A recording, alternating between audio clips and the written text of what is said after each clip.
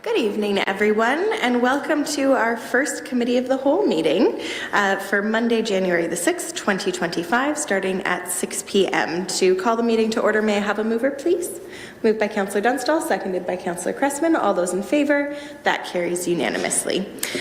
Before we do jump into our regular agenda, I do just want to make note that this is our first Committee of the Whole meeting, and just kind of bring up to speed what this new structure means. I know that Council has already discussed it at length, but in case you hadn't watched those Council meetings, we're going to have each month one Committee of the Whole meeting, followed by, at the end of the month, one Council meeting. And it's really designed that at committee, recommendations are discussed amongst Council, debated.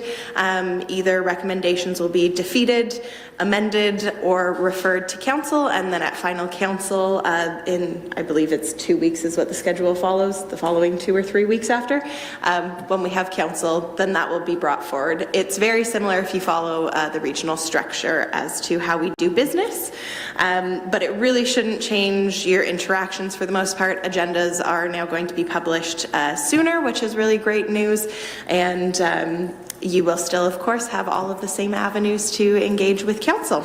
But just thought I would make note of that, and now I will turn it over to Councillor Martin for the territorial acknowledgement. Thank you, Mayor Salonen. We have gathered in Wilmot Township on the traditional territory of the Neutral, Anishinaabe, Haudenosaunee, and Mississauga peoples. We also want to acknowledge the importance of the Dish with One Spoon Covenant, a peace agreement made between Indigenous nations before the Europeans arrived. It characterizes our collective responsibility to each other and Mother Earth. We should take only what we need, leave enough for others, and keep the dish clean. By acknowledging this covenant and the First Nations, Métis, and Inuit peoples, we are reminded of our important connection to this land where we live, learn, and work together as a community. Thank you very much, Councillor. We do have a number of additions to the agenda, which are both correspondence as well as registered delegations, and we will get to those items as they appear in order. So the adoption of the agenda as revised, may I please have a mover? Moved by Councillor Cressman, seconded by Councillor Dunstall. All those in favour? That carries unanimously. Are there any disclosures of pecuniary interest, councillors? Okay, seeing none. As I did mention, we do have delegations this evening. We have 6 who are registered to address Committee of the Whole. Each speaker will have 7 minutes to address Council when I call them up and it is their turn to speak. Just a reminder to all delegations of some guidelines. For those who are joining us in person, please proceed to the podium when you're called upon to speak. If you conduct yourself in any of the following manners, it will result in immediate removal from the meeting, including interrupting councillors, staff, or other delegations, derogatory statements about councillors, staff, or others, turning your camera on at inappropriate times, and hate speech or defamatory comments. One last reminder to delegations, please do not take offense if following your presentation there are no questions from Council. This is Council's time to really listen and reflect upon the opinions and ideas shared with us from the community members. Although it is rare, I'd like to also remind delegates and members of the public that failure to adhere to appropriate decorum may result in your microphone being muted or removal from the meeting. And out of respect for all participants, I do ask that those in the gallery remain seated unless exiting the chambers and avoid personal conversations or expression of support or opposition to those speaking in order to allow everyone to hear the proceedings as they occur. We do have correspondence. Did anybody want to pull any items before we move on? Seeing none. Consent agenda items. Would any member like to remove an item? Okay. Seeing none. I would need a mover and a seconder that the consent agenda items 8.1 and 8.2 be approved. Moved by Councillor Martin, seconded by Councillor Sadhu. All those in favour? That carries unanimously. And on to our reports. The first report of the evening is our Staff Council Relation Policy report. And the recommendation is that the report be received and that Council approve the relation policy included as attachment 1 effective January 1st. To get this on the floor, may I please have a mover? Moved by Councillor Martin, seconded by Councillor Dunstall. And I will turn it over to our acting CAO and Director of Corporate Services, Greg Clark, to introduce the report. Thank you, Madam Mayor, and to Council. So this is pretty much the same policy that was before you before the holidays. Through the holidays, I had some engagement with council, and we've made a minor change in the wording. Section 7, instead of it reading that council will do the following when interacting with staff, it's proposed that it be changed to may. And this gives a little bit more flexibility to council and was a suggestion of both the mayor and Councillor Wilkinson. So we are creating a corporate structure and administration practices for establishing an autocracy. He who controls the flow of information controls knowledge. He who controls knowledge controls power over decision making. This policy would create an autocracy. An autocracy is one person with absolute role to arbitrate. The CAO in this policy had the sole responsibility for arbitrating which information is going to be shared with the community and in council. He says somebody says, there's one of the three people in the writing of it says, quote, members of council have the same rights of information as members of the community. Same rights. No more. No less. How are you going to make decisions, financial decisions, if you don't have the information? I'm not allowed to have it. You're still doing deliberations. The CAO can arbitrarily decide you're not going to get it. This has got to go. There's a lot of things that you may not have asked yourself about. Have you received the audited financial statements for 22 and 23? Have they been released to Wilmot's residents? Have you received the auditor's management letter, which highlights things they've observed during the course of their audit? Have you received the FIR, it's the Financial Information Return, which is released by an auditor and must be submitted to the Ministry of Municipal Affairs and Housing after an audit? Have you got that? We don't. It's a public document. I went to another website, and they've got all that information there. You can get it. This will not be available. I'm guessing you probably don't have it. I'm guessing you don't have it. We definitely don't have it. And a CAO with this policy can arbitrarily decide what we're going to know and we're not going to know.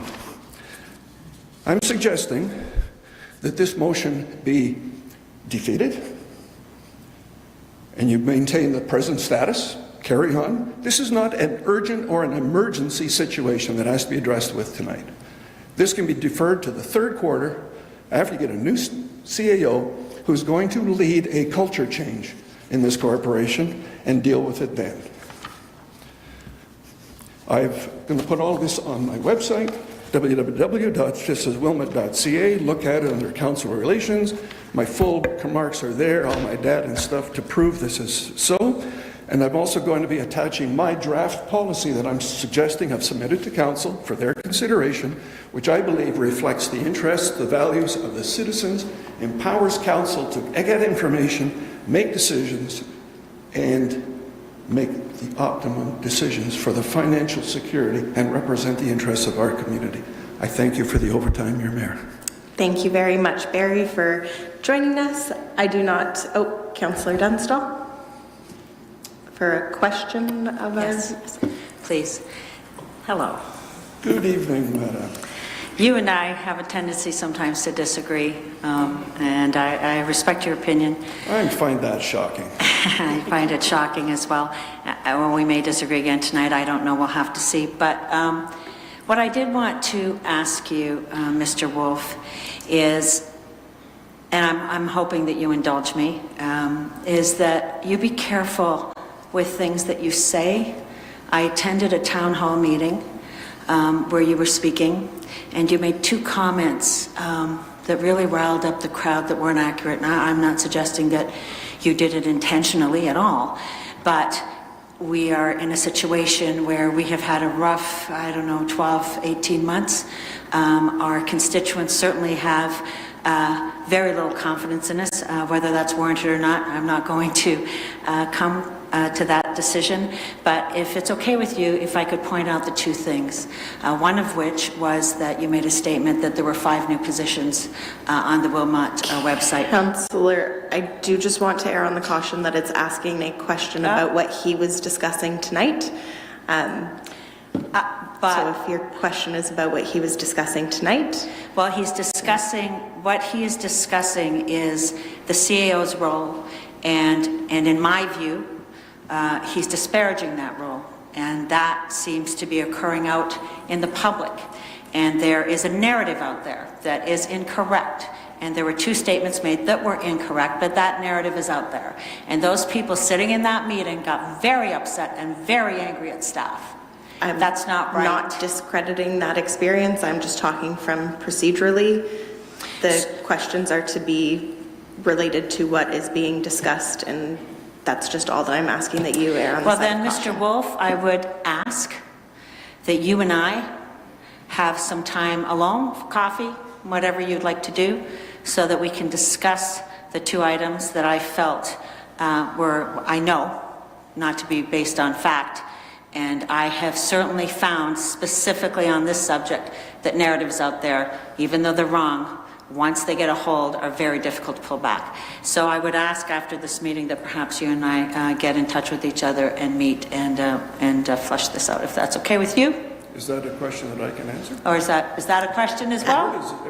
I will take it as a yes or no, but I do not want added in comments, because again, we have business before us that I'd like to be able to proceed with. So I will allow it yes or no. We've only been at this for 2 years on this thing, and then all of a sudden we got this emergency. Excuse me for laughing, but like somebody's got it. I'm always willing to discuss. Perfect, I will. Exchange.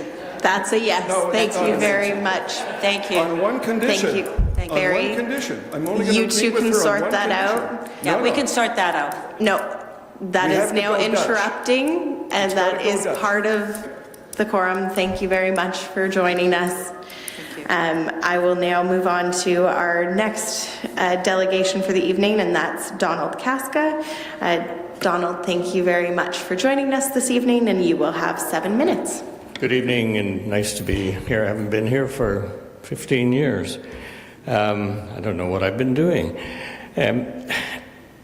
It's important to me that, and it's important to council and our community, that we get this thing right, this staff-council relations. I think the fact that we have had some issues over the last, since I've been here 17 years, with that, the position of the CAO and the relation to council. So some of the things that Barry has brought up are of concern to me. The up, down, and out thing, it becomes properly structured. There was another item in there which Barry didn't mention, and it's not like him to miss something important, but it does say in there that councillors should refrain from attending meetings with consultants and other people who are maybe meeting with directors and so on. And I really wonder why that's in there. I spent my whole life in the area of higher education, and I'm all about learning. Are we afraid that councillors might learn something that they shouldn't learn? Anyway, those are 2 comments. Thank you very much. Thank you very much, Donald. Yes. Councillor Cressman. Yes, through you, Mayor. Would not that you're asking the question of meeting with consultants and staff? Is that not interfering with the day-to-day operations of staff? Seems to me if a councillor wants to use his own time to come and hear a discussion that's going on with professionals who are brought in to help the staff make decisions, I don't see an issue at all.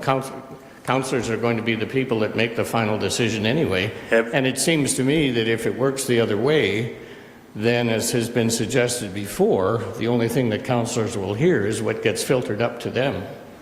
So, are you aware of governance guidelines for boards and council? Not to the extent that perhaps I should be. I've sat in at least, over the years with the variety of boards I've been on, I've sat in on at least, I would say 7 to 10 days of professionals coming in and speaking to who your point of contact is as a board member And I would make the assumption that it's the similar for a council, that your point of contact is the CAO. And the CAO then is responsible for hiring and evaluating staff.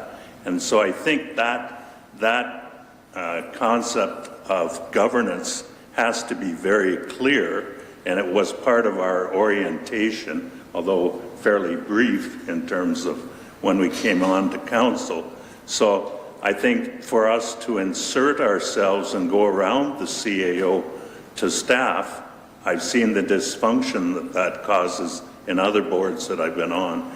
So I don't think it's education. So that's maybe getting into opinion, but I think that's why most of the governance training prohibits that in terms of contact. I wonder how common this statement is in other jurisdictions. Is it common to have that statement there, that if a councillor decides he'd like to learn something from some learned individual who comes in to help council or help a decision that will get to council? So I'm just going to jump in on that in terms of, I don't want debating to be happening between our delegations and councillors. In terms of what has been presented to council in this report, it's staff's professional recommendations, and I think that council will take your comments, certainly, Donald, and thank you very much for joining us this evening. Councillors, are there any other further questions or comments in terms of the debate for ourselves before we vote on this item? Okay, Councillor Wilkinson.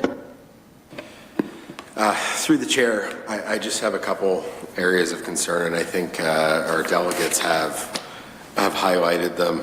I mean, I think a couple big ones for me was obviously item 7, referring to it's expected that members of council will, striking that to May.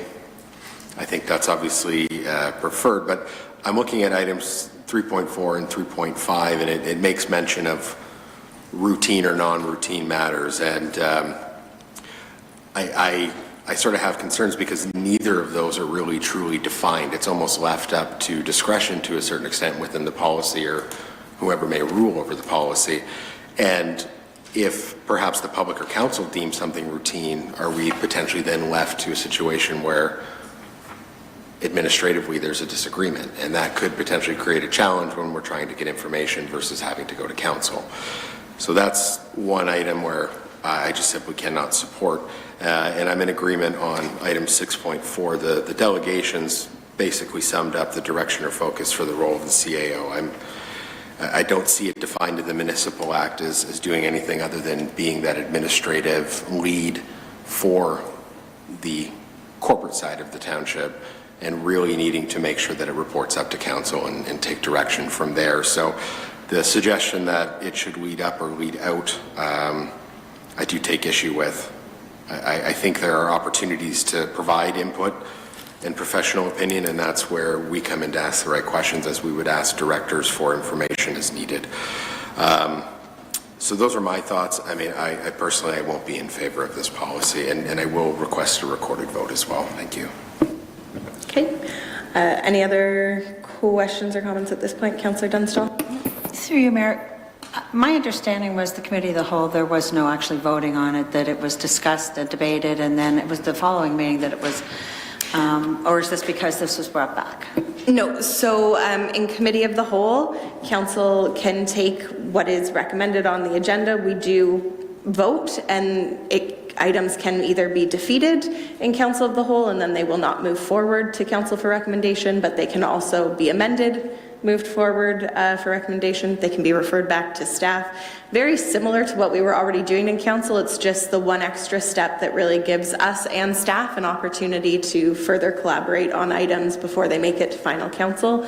But things most certainly can be defeated in council of the whole. Any other comments or questions on this item? Okay, seeing none. Oh, sorry, Councillor Cressman. Through you, Mayor, just for clarification on the will versus may, is if we approve this, is the wording that will be rendered? So right now, the recommendation before us is as amended, so yes, that would have the change to May from. Thank you. Councillor Dunstall? It's me again. Thank you, through you, Mayor. I did want to say that, and I'm not going to object the will versus may. I understand the logic, and I want to get it out there. And the logic is that we're dealing with subject matter experts.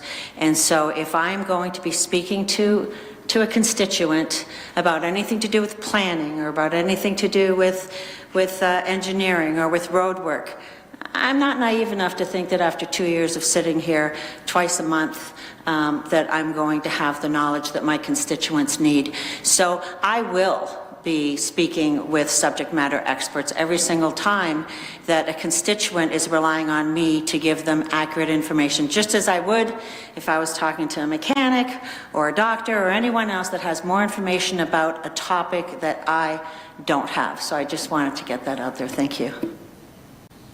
Any other questions or comments? Okay, seeing none, I will turn it over to Clerk Bunn as it has been a requested recorded vote. Oh my gosh, I am so sorry, Clerk Bunn. I'm sorry. Okay, Councillor Cressman, In favor? Councillor Wilkinson, Opposed? Councillor Sadhu, Opposed? Councillor Dunstall, In favor? Councillor Martin, In favor. Mayor Salonen. Opposed? That is a tie, it's defeated. Okay, on to report 9.2. This is the interim tax levy. This report is to be received, and the recommendation is that council adopt bylaw 2025-02 to set the due dates for the interim billing of property taxes for 2025, and that council direct staff to commence a communication effort to notify residents of the planned changes to tax due dates for 2025 and to encourage increased participation in the township's pre-authorized payment program for taxes. To get this onto the floor, may I have a mover, please? Moved by Councillor Dunstall, seconded by Councillor Martin. And I will now turn it over to our acting CAO and Director of Corporate Services, Greg Clark. Thank you, Madam Mayor, to Council. So this report is a standard report that we bring forward at the beginning of the year, and basically it authorizes us to prepare the interim billing, and it's based on 50% of the previous year's taxes. So it's taking whatever property was taxed at last year, dividing it in half and splitting it over their agreed to payment plan, whether that's installments or monthly, and setting that up for the beginning of the year until such time as the new budget is approved, and then we would calculate the difference and apply that to the second half of the year. Thank you very much. And just to clarify, because I know that I received a few questions about it, this is not related in terms of our budget discussions and outcomes. This is simply procedurally so that staff can start planning those bills that initially go out. So I did want to clarify that because I know I had a few residents reach out asking that. But I will turn it over to Councillor Cressman for questions. Through you, Mayor, given the discussion and confusion, I would say, out in the countryside about what portion of my tax bill is the townships. I know last year we were unable to do the 29% highlight, but I would hope that we would be able to, even in the interim, identify that the Wilmot portion is 29% of the total that you're currently going to be billed. Through you, Madam Mayor, I will take that away to my team and see what we can do. I do know that they're identified individually, the amounts, but I don't think it has a percentage, and I don't know if we're possible to do that, but we can look at a way to maybe communicate that through the website as well. Councillor Wilkinson? Yes, through the chair, I concur with what my colleague to the right here is saying. I think it's something we've asked for multiple times, but in essence, some sort of insert or flyer. I mean, it's in the budget. There's a little outline that determines where a dollar goes, and it's broken down.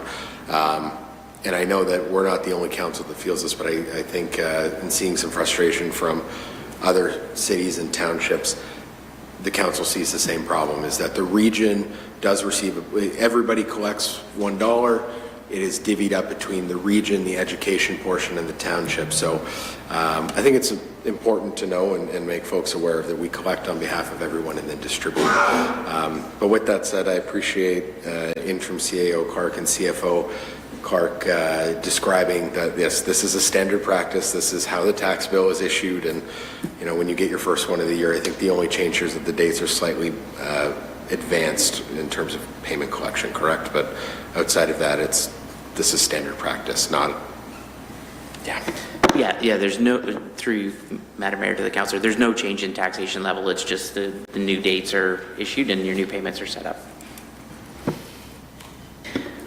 Any other questions or comments on this, councillors? Okay, seeing none, I'll call the vote. All those in favor, and that carries unanimously.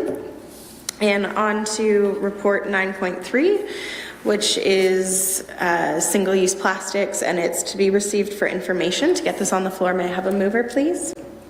Moved by Councillor Dunstall, seconded by Councillor Martin, and I will invite Director of Community Services, Chris Catania, to introduce the report.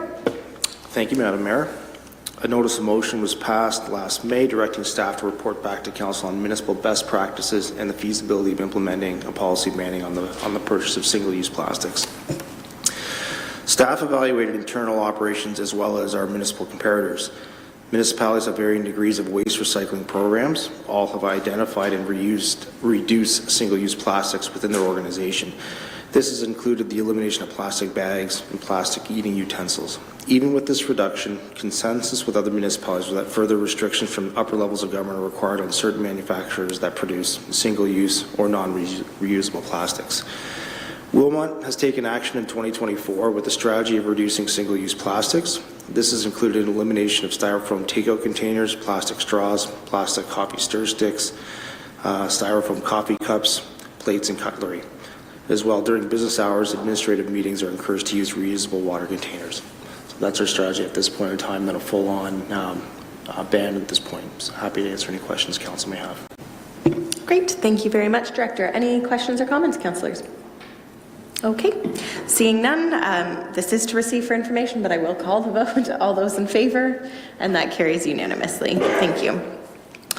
On to report 9.4, and this is the special events and facility subsidy to be received for information, and that council directs staff to continue facility use subsidies and in-kind staff costs for legacy facility bookings by affiliated groups and special events taking place at the township facilities in 2025. To get this on the floor, may I have a mover?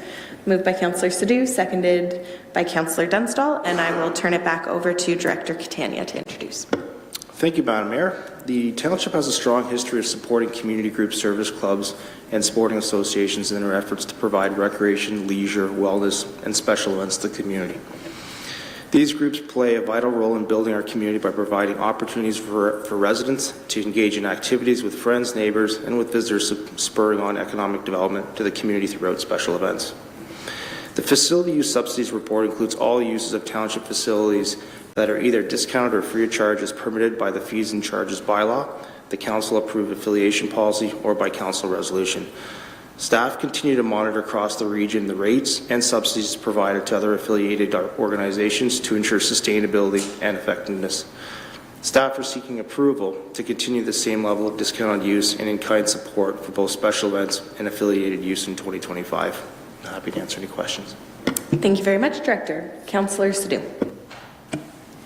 Thank you, Director Catania. My question is, as far as minor hockey goes for our subsidies, how do we compare with our surrounding municipalities as far as subsidizing ice times?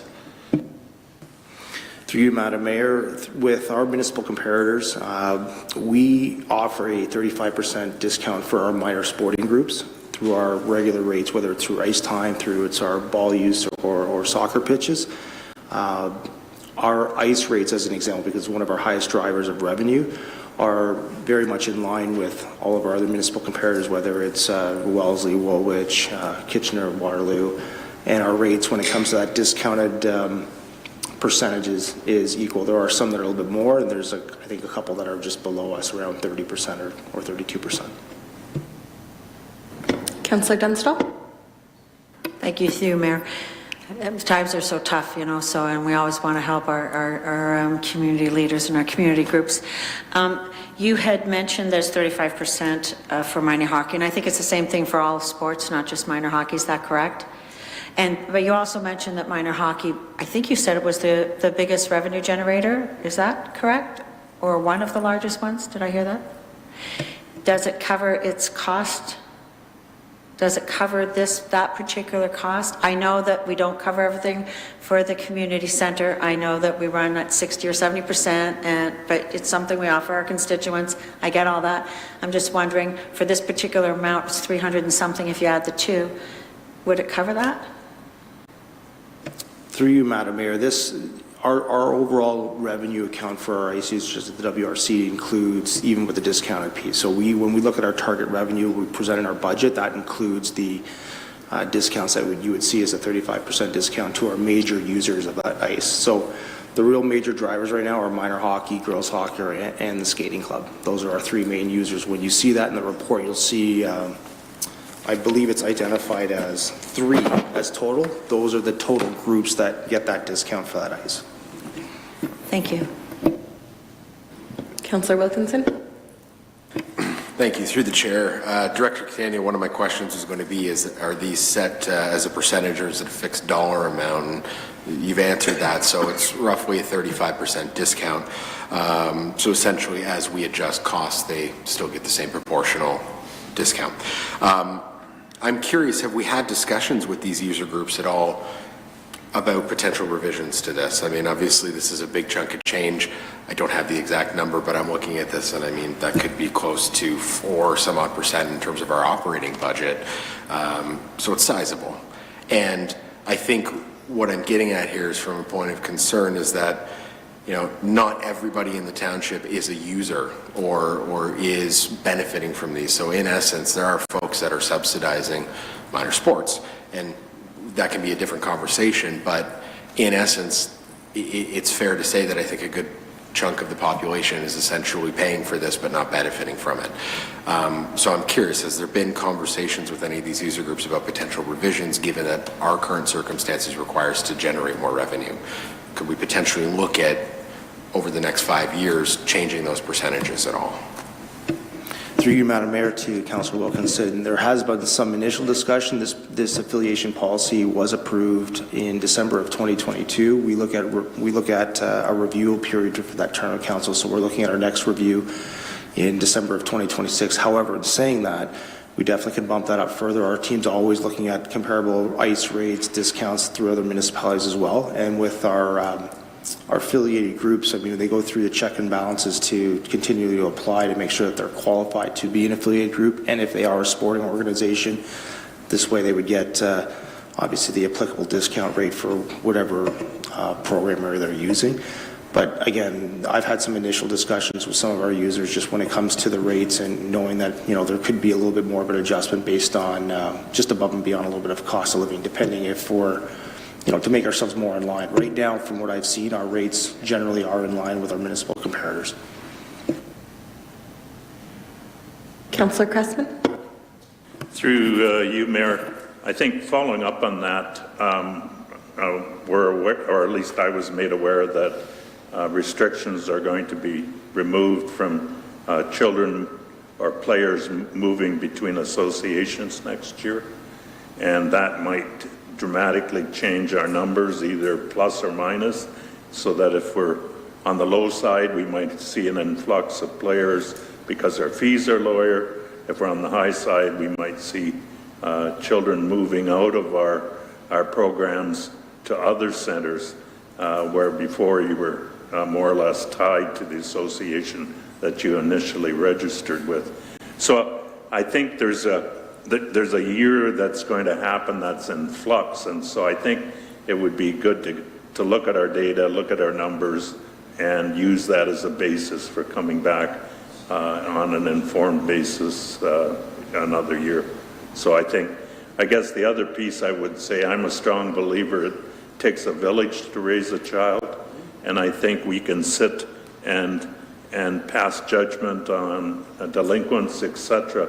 I think if maybe it's my own experience having 4 boys, and if you could keep them active and engaged in sports or whatever other things they liked, and working around the farm, it seemed to keep them well occupied and tired at night. So I'm just looking at this options that even though we may have people in our township that don't directly benefit, I think to fix the problem after the fact has significant cost to township as well.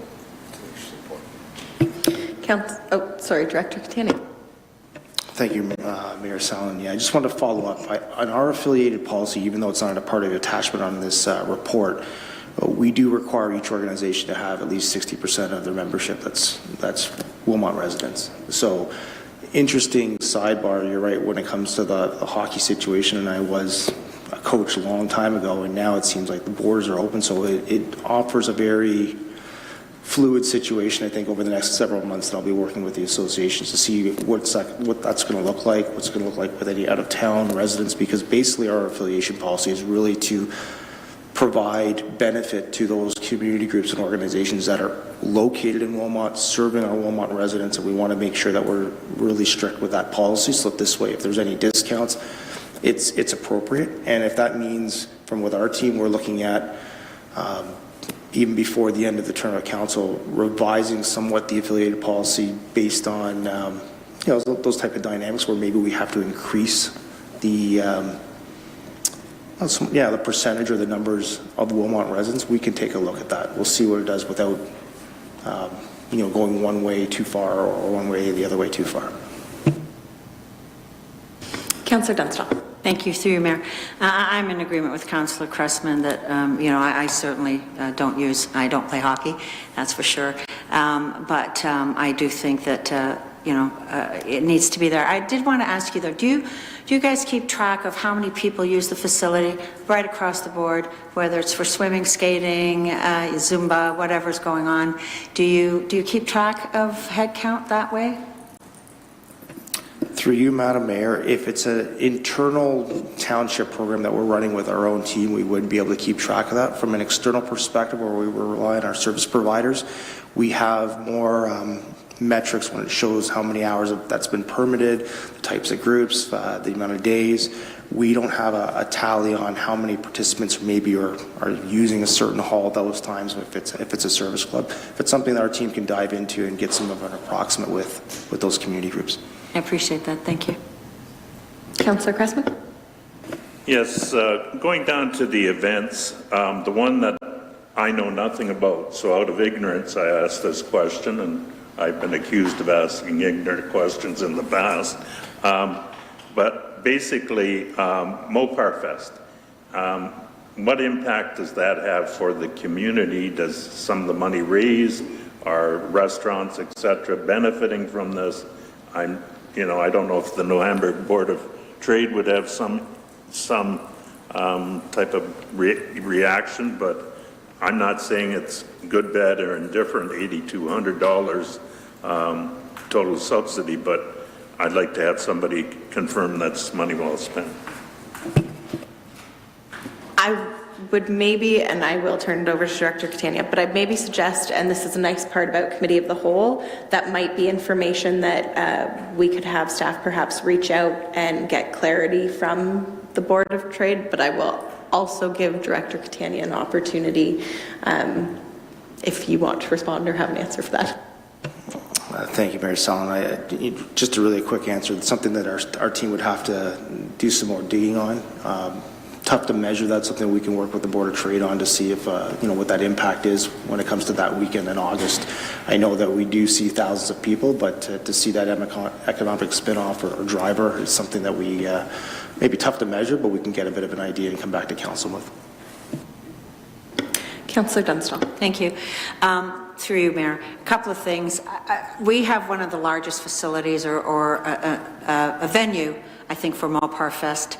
So I'm not saying they're locked in here, but I'm saying that, this is a very good venue for them to have. And I also just wanted to share that I have worked the event for the Optimist, and I think that was one of the highest for their food booth, and I think that was one of the highest amounts of money that they make through the year, which then gets put back into the community. So that's something to think about as well. Councillor Martin? Through you, Mayor Salonen, if I've understood the report correctly, the subsidy to Mopar Fest is $8,000, correct? $8,200. And I'm interested in hearing what you might learn, Director Catania, by asking some questions. Certainly from what I see, it benefits the community because it brings in many people, and it would be my understanding that our business community certainly benefits much more than that. You know, I think it's a very good event that I wouldn't want to disrupt. Now, is there a way of negotiating that discount? I don't know. I mean, is that a fair discount? Sometimes it's hard to know how to evaluate these things. How do we evaluate with the other discounts, I guess? I guess to make a fair comparison, it would be the Fall Fair and Mennonite Relief Sale. Is that accurate? I mean...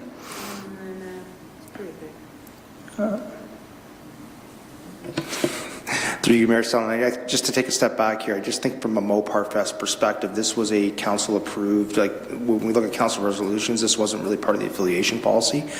And then to take even further, sorry, Councillor Martin, I just wanted to, just on the heels of what Councillor Dunstall was saying, we do have, again, in our department dealing with a lot of different community groups and service clubs, they are part of Mopar, so whether you're looking at the Optimist Club as well and generating fundraising as well, that that's going back into the community. We have, the Junior Firebirds as an example where when we're thinking about subsidization for ice time, they do their fundraising and their piece there, and they're able to draw, obviously, from a lot of people that are attending Mopar Fest to help maintain their sustainability throughout the year.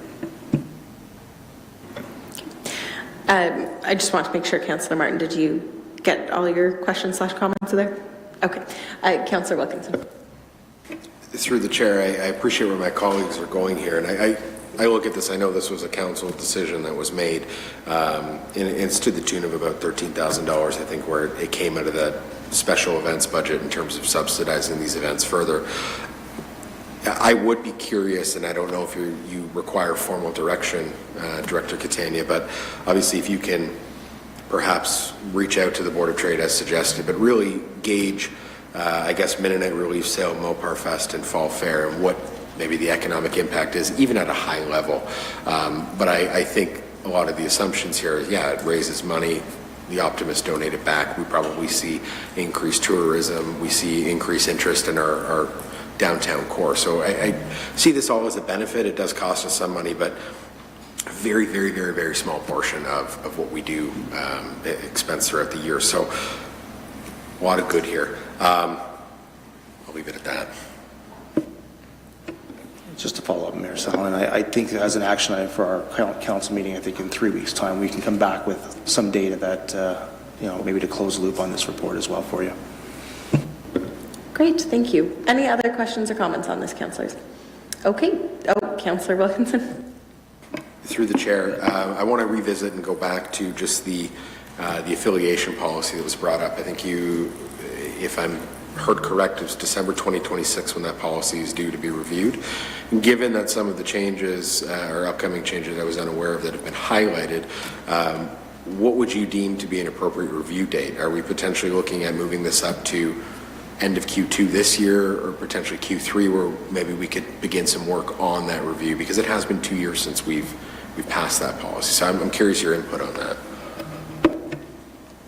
Through you, Mayor Salonen and Councillor Wilkinson, I think considering the circumstances, our team can take a look at reviewing that policy probably around Q3 this year. When we look at reviewing policies, obviously they give a specific date, but doesn't mean that we need to wait till that date. We can definitely bring that up further ahead of time, and then just inform council so you can make an accurate, informed decision on moving forward with it. Councillor Wilkinson again. Through the chair, I wouldn't mind that actually being formalized. So if I can add an amendment to suggest that we instruct a sooner review of the affiliation policy to look at subsidy, look at percentages of Wilmot or Wilmot participation as well, or citizen participation. I don't think that's a bad idea. It'll give us a better guide moving forward and potentially look at some of these costs as well. Okay, so that is an amendment that has been moved by Councillor Wilkinson. Is there a seconder for that?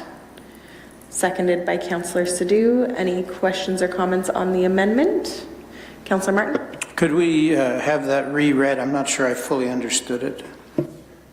Yes, absolutely. Just one moment. I'm just going to let the clerk finish writing that. So if you can just give us one moment, we can report back.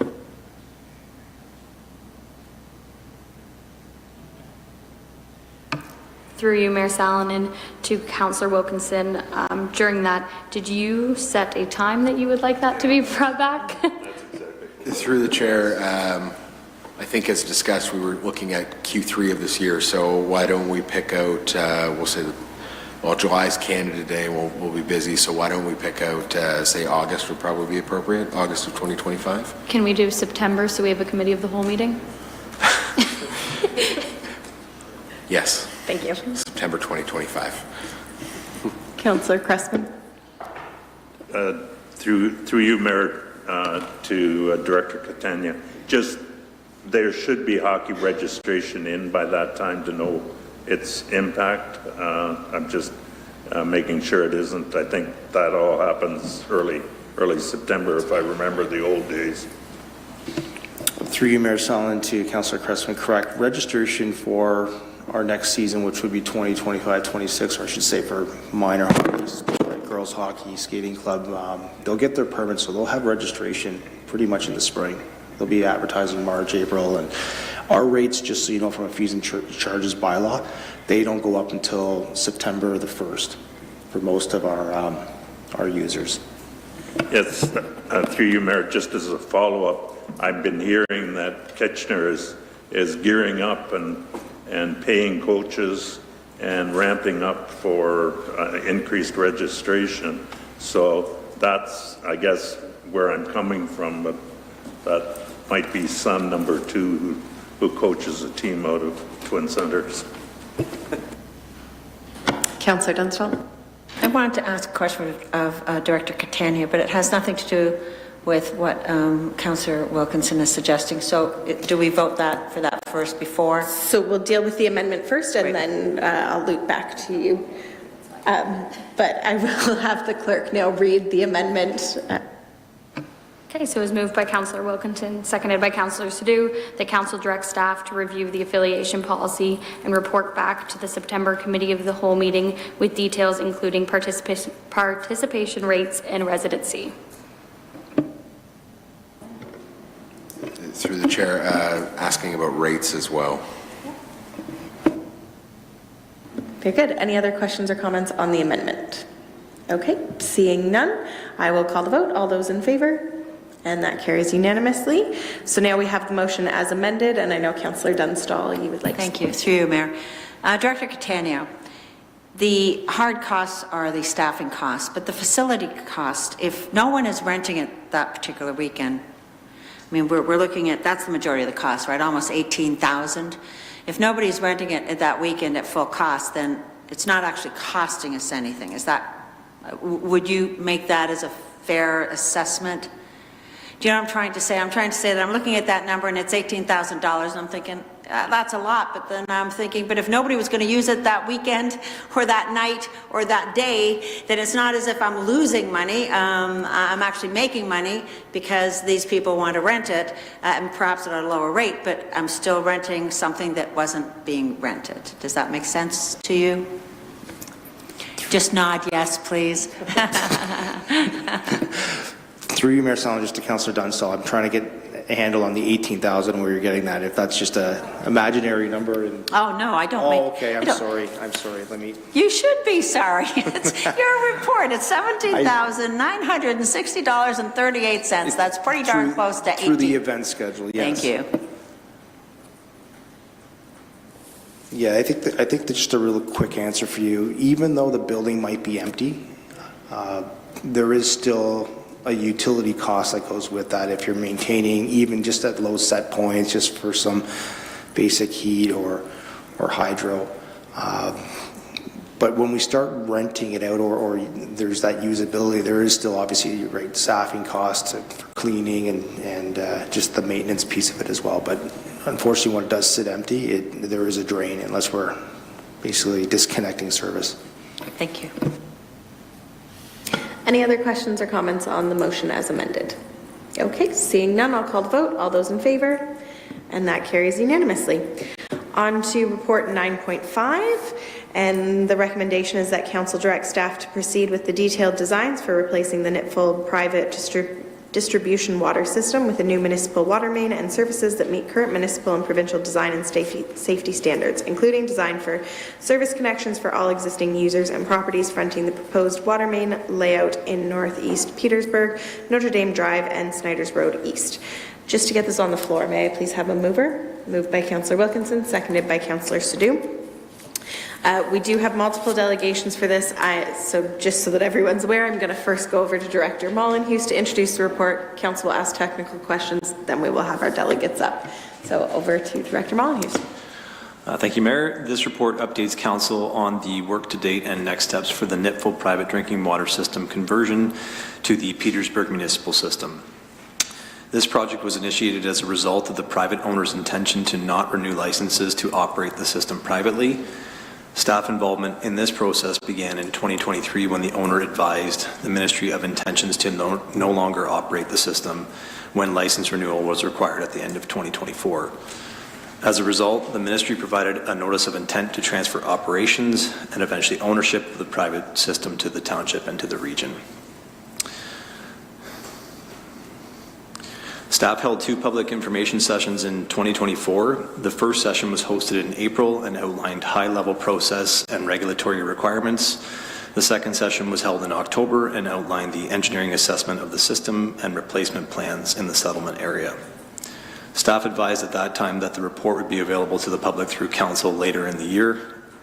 Throughout staff engagement and the assessment process, significant deficiencies have been noted that include an end-of-life water main, water quality issues, inadequate system pressure, and other operational liabilities.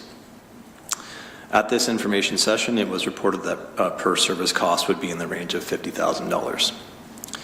Earlier in 2024, Council may recall directing staff to review further servicing opportunities in the community. As the report outlines, a survey was completed with the community to understand status of existing well services and assess interest in being on municipal water. The general summary is included with this report, with 75 homes being surveyed and 37 respondents to that survey. Staff have received email comments over the course of the agenda being available and did want to address some of those comments at this time. First, there were concerns with timing to review the report and comment on the report contents. Staff had initially targeted the December 16th meeting, however, this was delayed as a result of collection of information and working with the region on some of the information provided within the report. And staff utilized the business cycles that we have available to us, and so obviously this is the next meeting date that we have available to us, and so we were targeting this meeting date for the report. The report was made available for committee and the public on the 27th in advance of the meeting, and following this committee meeting, there are another 21 days before Council could be in a position to formally decide on the recommendation to proceed with design. I will note the detail of the engineering assessment is the same content as was received in the public meeting in October. There was concerns with the process followed to date, and I did want to address a few of those as well. So I just wanted to note that staff have followed the process outlined to residents earlier this year. For those that attended both public information sessions, the process was outlined to include Council reporting in Q4 of 2024 on the assessment and replacement recommendation. Design of the replacement was outlined for 2025, including further detail and project level information sessions once design was underway. And finally, staff outlined potential construction windows of 2026 and 2027 with potential recovery in 2028. Some of these points are mentioned within the committee report. There was a concern with the term urbanization, and so I did want to speak to that briefly. The report recommends proceeding with design with the recommendation for water main replacement only at this time. And I did want to stress we are speaking about design only. We are not looking to proceed with full construction plans, and we do recognize that when we look through a design process, there are alternatives that we can evaluate and determine what's appropriate. The option to semi-urbanize is not the recommendation as noted. However, this is something we can explore further if there is an interest in that from council. The term semi-urbanization refers to the road functional design, and so that would may be a bit different than what is out there today in terms of a roadside ditch. It would very likely change to a shallow storm sewer and a rollover curb type construction, potentially if that was the desire of proceeding with this project. Again, these items would come back to the public in terms of review through later public processes and meetings like we would normally do through a design process. There was concerns with timing of the EA and some of the unknowns that were associated with the regional EA to determine what the supply would look like for the community. As noted within the report, the EA is scheduled for the 2027 range, and so that's a regional initiative, and that's entirely at their control. And we did want to note that finalizing the EA is not required in this case to consider design and to consider the beginning of design, we'll say, of the distribution system within this portion of the settlement area. The EA will consider supply only, and as such will not impact the internal layout of the proposed distribution system.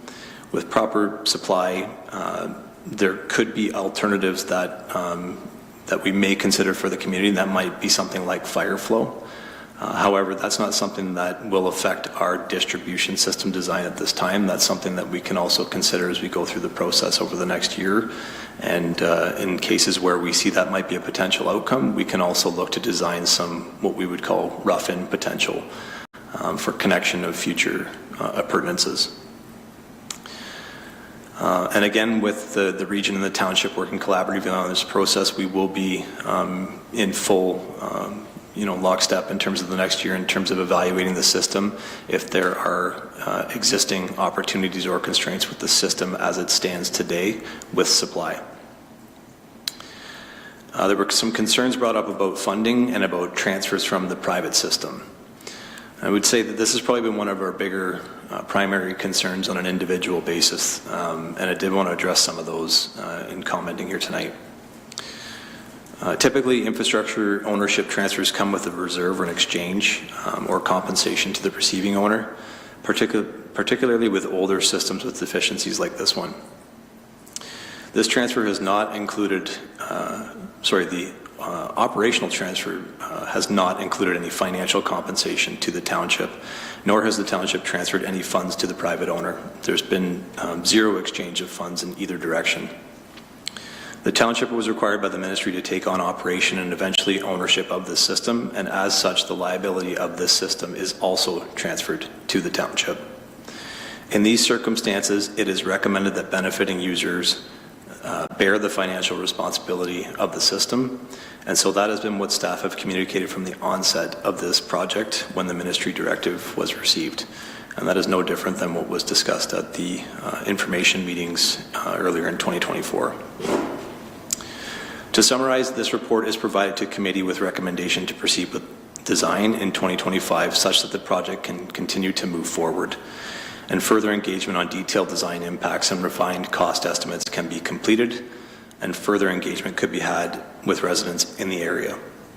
The report does not include any new details that the community hasn't already been presented with in terms of the engineering assessment of the system, aside for updated cost estimates and high-level per-service costs associated with this, based on potential to include more in the service area. And I will stress that when we see these updated cost estimates and what's presented in terms of options, we're providing that to you in the format that we are, because essentially what we're trying to get the point across is that we need to have detailed design proceed so that we can look at these in more detail and that we can engage with the community again and see what the impacts are and have those discussions with the community. Thank you. Thank you very much, Director Mollenhuis. Any technical questions, councillors? We'll go to Councillor Cressman first. So as I understand, we have no choice but to take this system on when the previous owner decided not to renew his license, correct? It's kind of been tossed in our lap as a result of it. Through you, Mayor, that's correct. The private structure, we'll say, was a non-municipal regulated drinking water system. The owner had advised over the last number of years that he was looking to not renew his licenses at the end of 2024, and so the ministry provided the direction to the township and to the region that we would be the eventual owners and operators of the system as a result. And the requirement of a private system is different than a municipal system, is that correct? So we have to operate a system at a higher level than what the private system would have been either constructed or maintained at, correct? Through you, Mayor, that's correct. So a non-municipal system will have different reporting requirements and will have, I'll say, less stringent reporting requirements. It obviously still has the requirement to provide safe drinking water, and so there are schedules of regulations that require specific things to be tested. However, there are different parameters in terms of annual reporting and summary reporting, and as well meeting standards that we adopt as a municipal system. And so, yes, it is kept to a different regulatory standard. Sorry for the question. One more.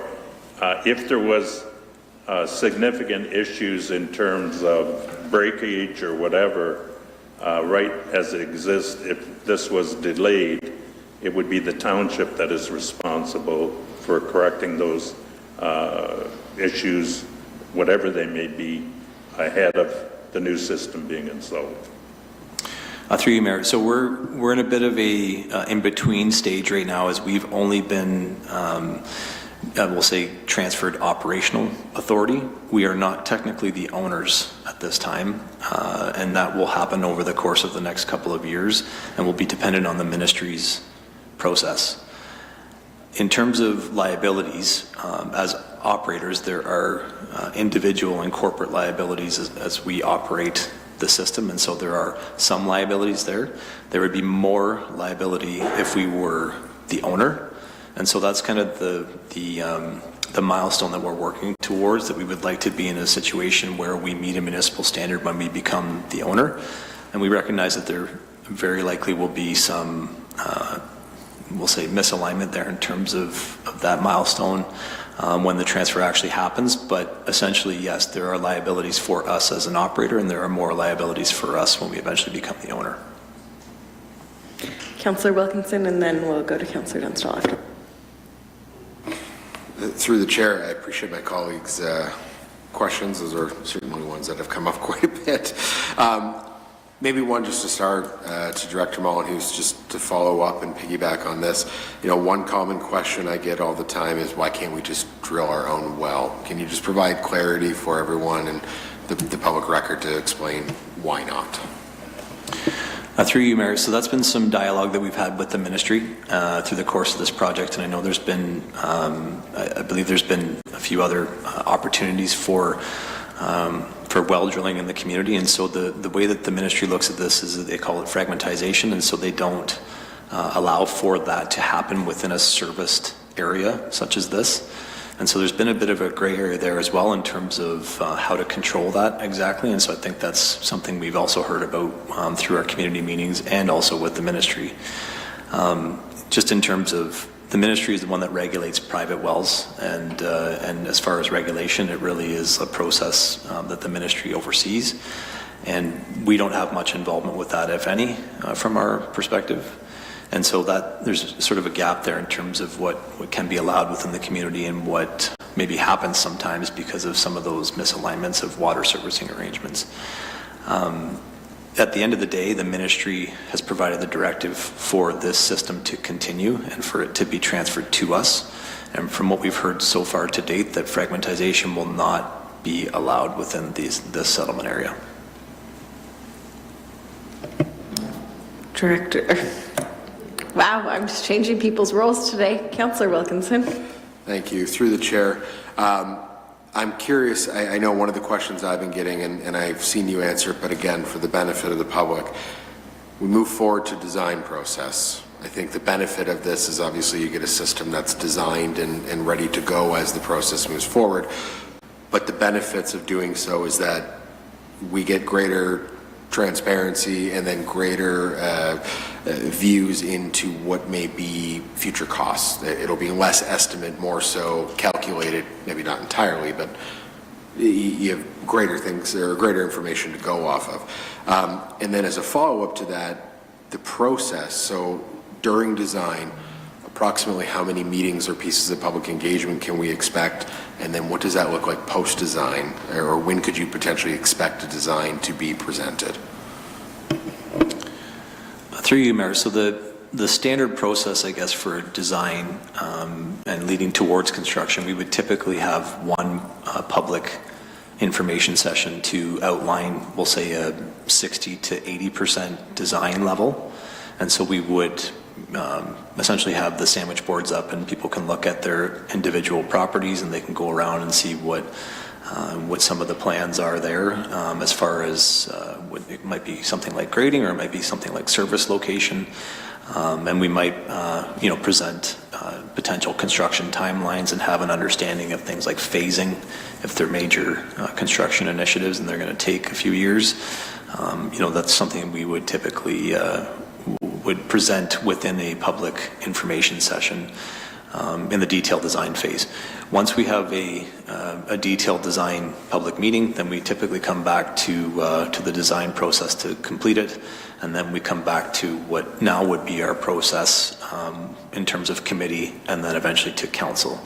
So I would say there would likely be a minimum one public information session, and then we would have 2 additional council processes where it would also be a public process. Last follow-up for Councillor Wilkinson, and we can loop back if we need to. Through the chair, yes, probably. What would be the approximate cost of a design? Through you, Mayor. So we can look at this a few different ways. And I'll give you the answer, and I will give you those 2. I'm not sure if you want to ask a follow-up question there. Through the chair, maybe I should be clear. Maybe not looking at yes, I'm interested in what the estimated cost may be, but again, we've seen that maybe in the MT report. I mean, what is the cost of hiring a consultant to do the design? So through you, Mayor. So when we look at sort of our operational plan, we were anticipating to have an in-house design team look at this. We could look at a consultant. There's some time associated with that, but the consultant process will take longer for us to engage and hire, and very likely will cost significantly more than what we could do for an in-house design only. So when we look at the cost of, I guess, how we look at capital projects now, if we're providing our own design services, then there will be a cost to the capital project, but it would be much less than if we had a consultant doing the design. And I can't give you a firm number on that today, but we can certainly follow up on the comparators from a staff level to a consultant level. I will now go to Councillor, is this follow-up to what he just had? Okay. Through the chair. Then we're moving on and we can loop back to you after. I appreciate it. Just as a follow-up on that, in terms of that number, could we expect to potentially see that 3 weeks from now at the council? Excellent. Thank you. Councillor Dunstall. Well, now I just forgot, but thank you. Through you, Mayor. I did want to ask Director Mullenhouse, what is the time frame from the time that it's designed to the time that it would occur when we would take over? What would be that time frame? So we start working on the design, and then what? So we start working on the design in April of 2025. What are we looking at? Provided we get budget approval with the capital projects that have been put forward, we would start design as soon as we know that there's support for those capital projects, in particular this one. So I would say if we talk about a February-March timeframe, then design would start then. We do have a bit of a staff shortage at the moment, so it's hard to fully commit to some timelines, but I would expect that a design process for something like this could be completed before the end of the year, before the end of 2025, if we start in February or March. Following that, sorry, to back that up a little bit, we would have those public information sessions obviously within this year once we have the design advanced far enough. And then following that, we would look to, again, look at the budget cycle and look to see if we could proceed to the next steps following that. And that might mean we would be looking at potentially a tender award sometime in early 2026 or mid-2026, and then you'd have construction over the course of 26 and 27. Has the ministry given us a time? Have they said you have to have it done by this? So the ministry, sorry, through you, Mayor. So the ministry has given us some timelines to work to, but they've typically in situations like this, they have very short timelines because when a transfer like this happens, typically it would be as a result of an operator either passing away or potentially just leaving the system or giving notice of something, or maybe there's something very deficient in the system that they're not addressing. And so typically they would give very short timelines in the 2 to 4 week range to have a lot of things in place to plan to take over ownership and operations. They've given us very elongated timelines, I would say, so we do have a broad window. But that doesn't mean that it's something that we can sort of, continue to defer until we have those timelines completed. They are really looking for us to proceed with the next steps of whatever's necessary in this project. And so when I say they, I mean the ministry. And so we've been working with them to advance this project as we've received it. And so this is sort of the next step for us. Great. Thank you. We're going to go to Councillor Martin as he's not made any comments yet. So Councillor Martin. Thank you, Mayor Salonen. Through you to Director Molyneux. A couple of questions. I am a little confused about the word ownership. For some reason, I thought that the region owns the water systems and the township owns the wastewater. So is that not the same? Have I misunderstood that? Yeah, through you, Mayor. So the township owns the distribution system in general. I'm not talking about specific to Petersburg. We are not the owners of that system as of yet.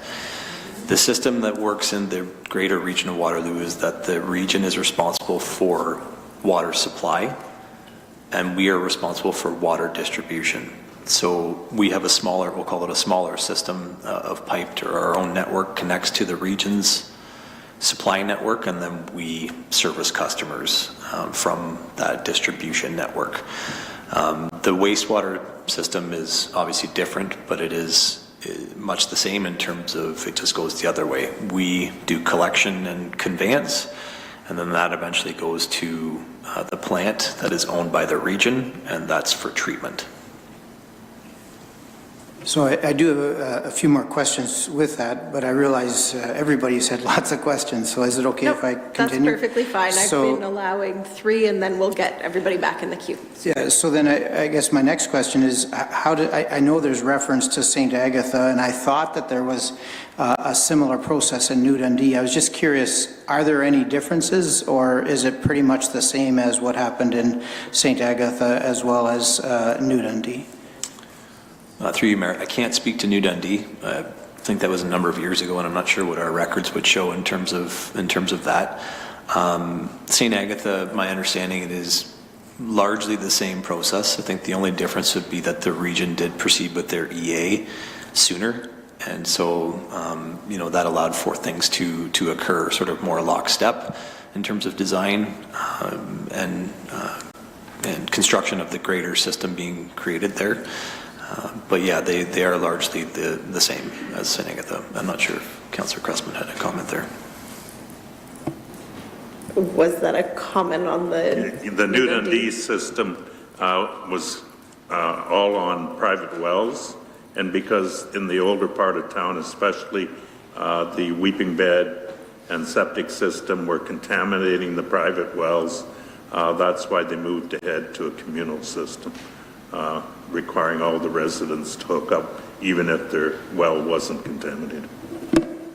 We will now go back to Councillor Martin. Thank you. So another question that I have is then also about the capital cost, because I hadn't understood this until you had just said, Director Mollenhouse, a few minutes ago, that if the capital cost is approved. I had thought that we're also looking at dividing up the costs by the number of residents, but does that mean that there still is a capital cost that the township has to bear, and that would still be our cost, and that's not part of what's divided up?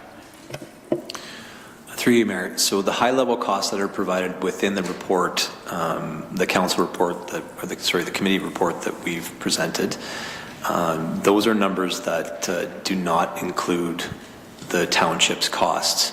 Those are just the per-service costs alone, and so that would be what we're estimating to be the cost of per user, we'll say.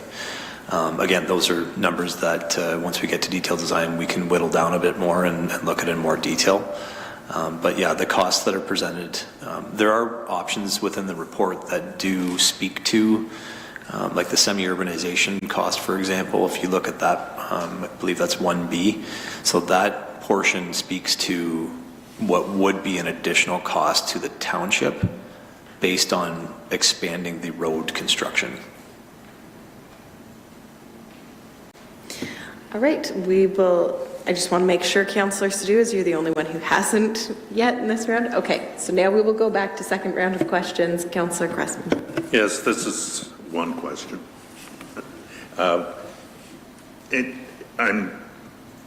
was surprised to find out that the ownership is in transition. I mean, when I buy an asset, I like to have a clean date, because if it breaks before, it's the previous owner's responsibility. If it breaks after, it's my responsibility. So when it gets fuzzy like that, who ends up being responsible for liability or repairs, etc.? So through you, Mayor, so yeah, it is a gray area that's not ideal. However, the ministry has proceeded in that manner because there's an effort here not to, we'll say, to rush things like licensing transfers that have to happen and some of the applications that have to happen for the supply side. So there's a lot that has to happen for ownership to physically, administratively transfer. And so I think the ministry's given us some time to sort that out. And I would agree that it is a challenging scenario to be operating rather than owner, but it is also very common. We sort of look at it like a contracted service, or could look like it as a contracted service basis, where we do still have some liabilities as an operator, but not necessarily the same liabilities that an owner has.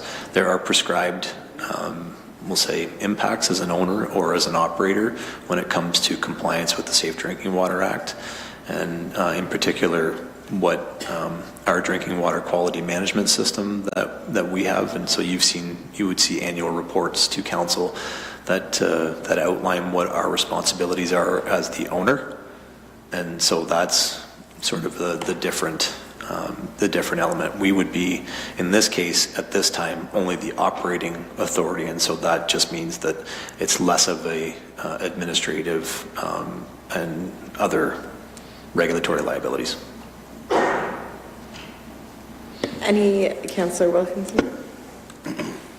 Through the chair, I do have a couple questions, but if we can go back to the engineering report for a moment.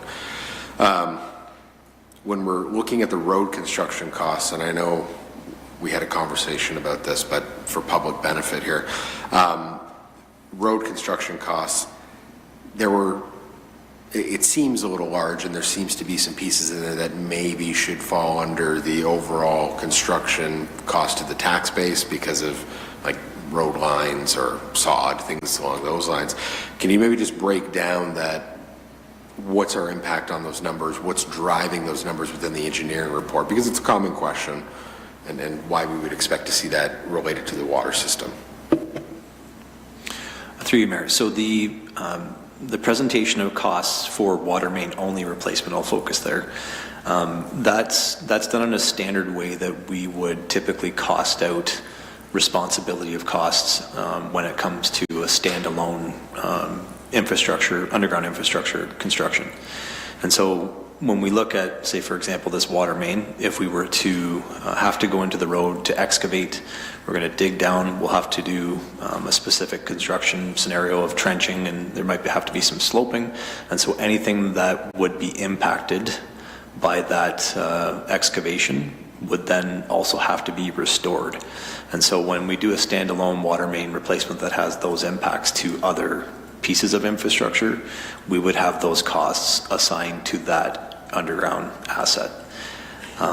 The way we've presented the numbers for semi-urbanization and for these other elements of the potential elements of, we'll say, storm sewer, we've taken those pieces out, obviously, and costed those separately so that they don't come into what would be the cost to each user. Again, these are high-level costs that very rough. We don't even know how deep the water main would have to be based on maybe conflicts out there or other servicing issues. And so that would also impact potentially some of the construction numbers. And so we need that construction level detail, we'll say that design level detail, to better understand things like trenches and what they would look like and what areas would actually be disturbed and then have to be repaired afterwards as well. Through the chair, given the current state of the roads in this area, I mean, does it make sense that if we're digging up to build these trenches or lay down the water main, are we looking at potential road reconstruction at the same time that would potentially be funded primarily through the tax base?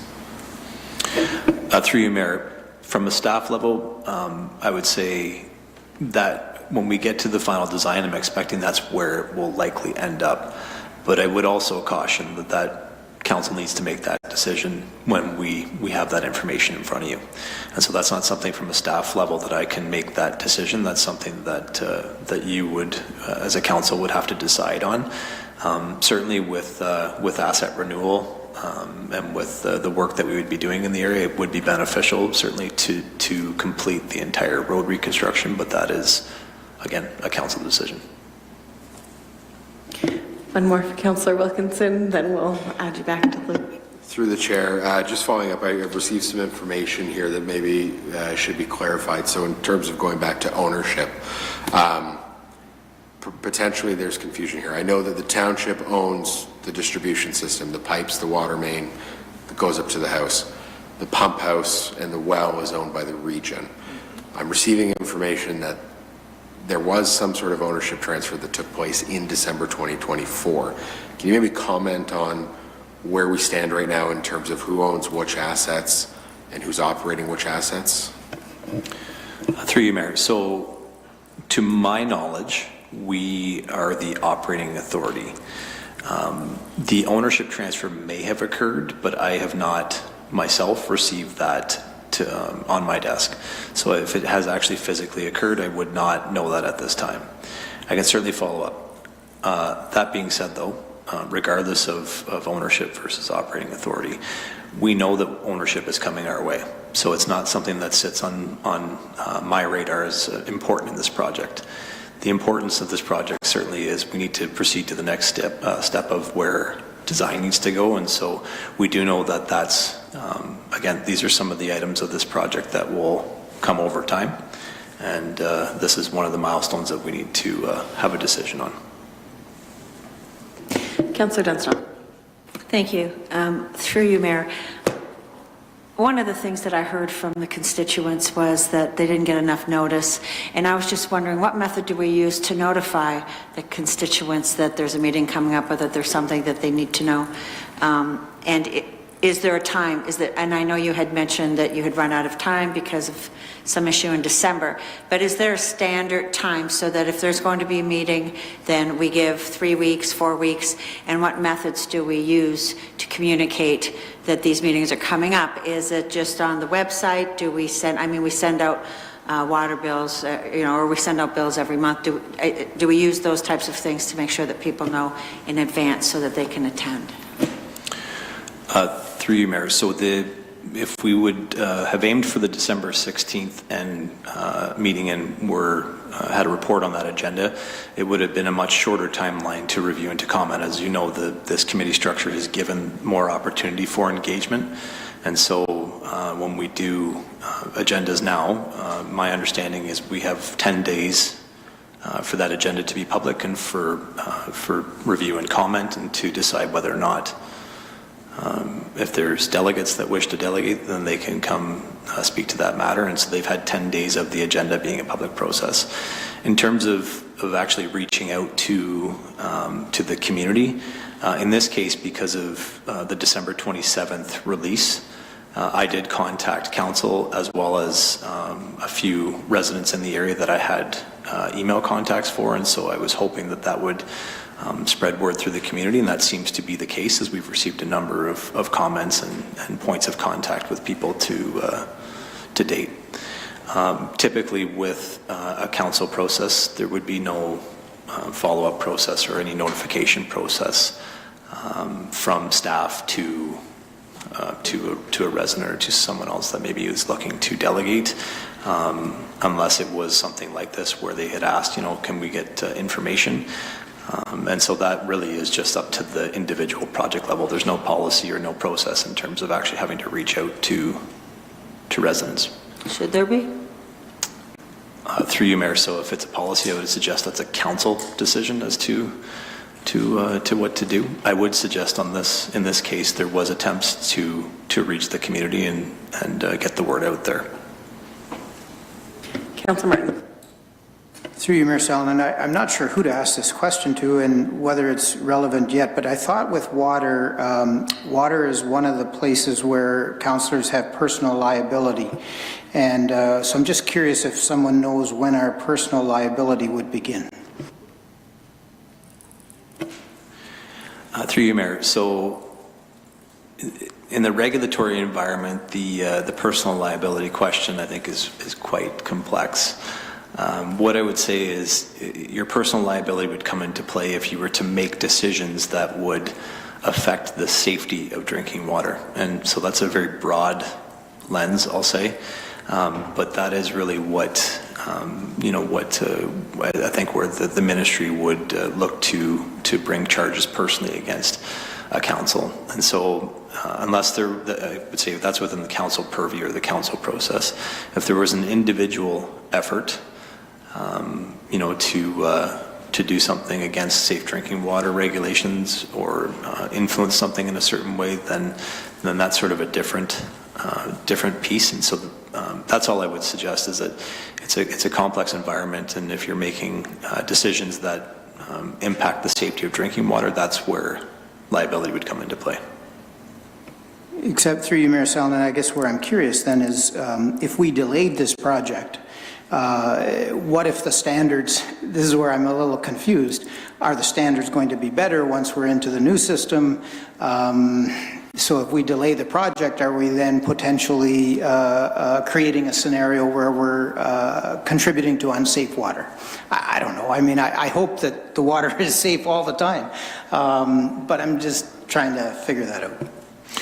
Through you, Mayor. So to be clear, the drinking water that the community has received would be considered safe because it has gone through a regulatory process, but under a different regulation. So it was a non-municipal regulated drinking water system. In this case, where it's transferring to a municipal system, we do have a different level of regulation that we have to meet.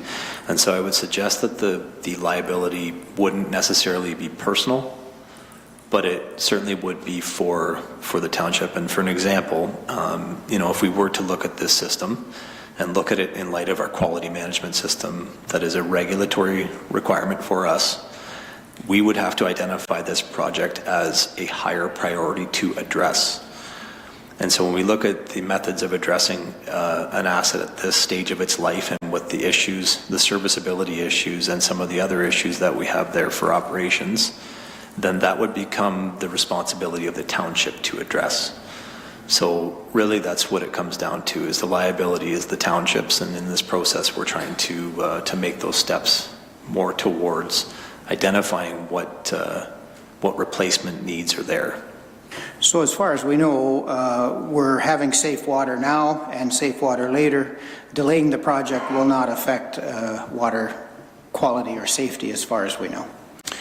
Well, as reported, we are going to have to go through a design process. That's going to take a year. And depending on the decisions that are made through council, that may delay the project further. What it would mean necessarily for us is that we would have operational liabilities as a result. And so I wouldn't suggest it's a liability that would create an unsafe drinking water environment, but it would create operational liabilities. Okay, councillors. Councillor Wilkinson, I'm going to give you one more, and then we do have 4 delegates still, and there will still be opportunity to debate, but your one last question. Through the chair, I appreciate that. And through the chair to Director Molinhus, appreciate you answering our questions and sitting on the hot seat.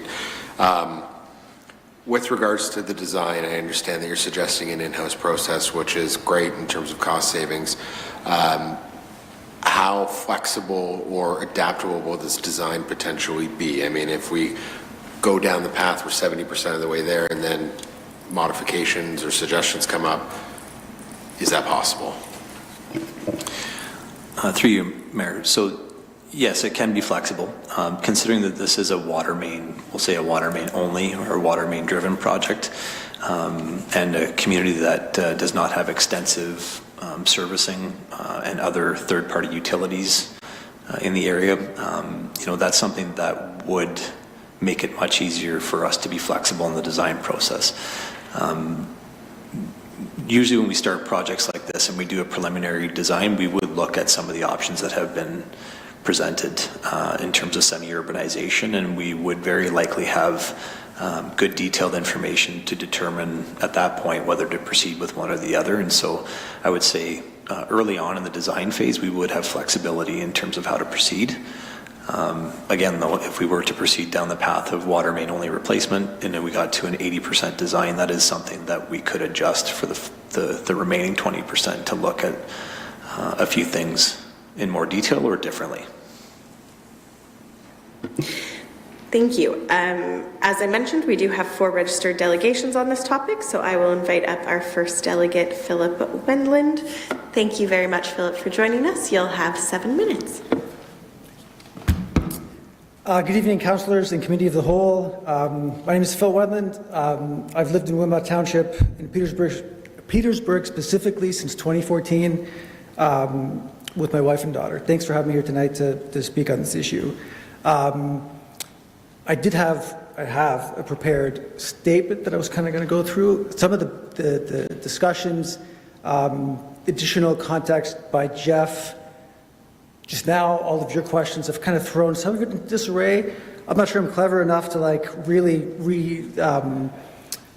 get through all of it, but so some of your questions were quite good, aligned with kind of what we're thinking as residents, and some of the additional context from Jeff is also welcome. And I will say, I don't mean this as a slight in the least, but that would have been good context to have prior.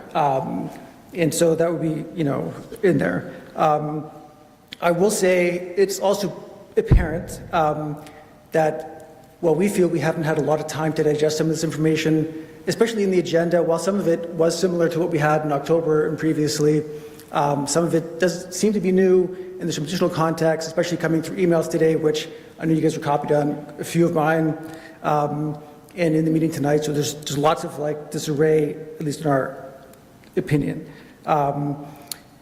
Unlike other taxpayer-funded projects, users of this system are the ones that will be on the hook for virtually most of the cost, or all of the cost. And as such, I think we deserve to be included as stakeholders in the process, in whatever form that may take.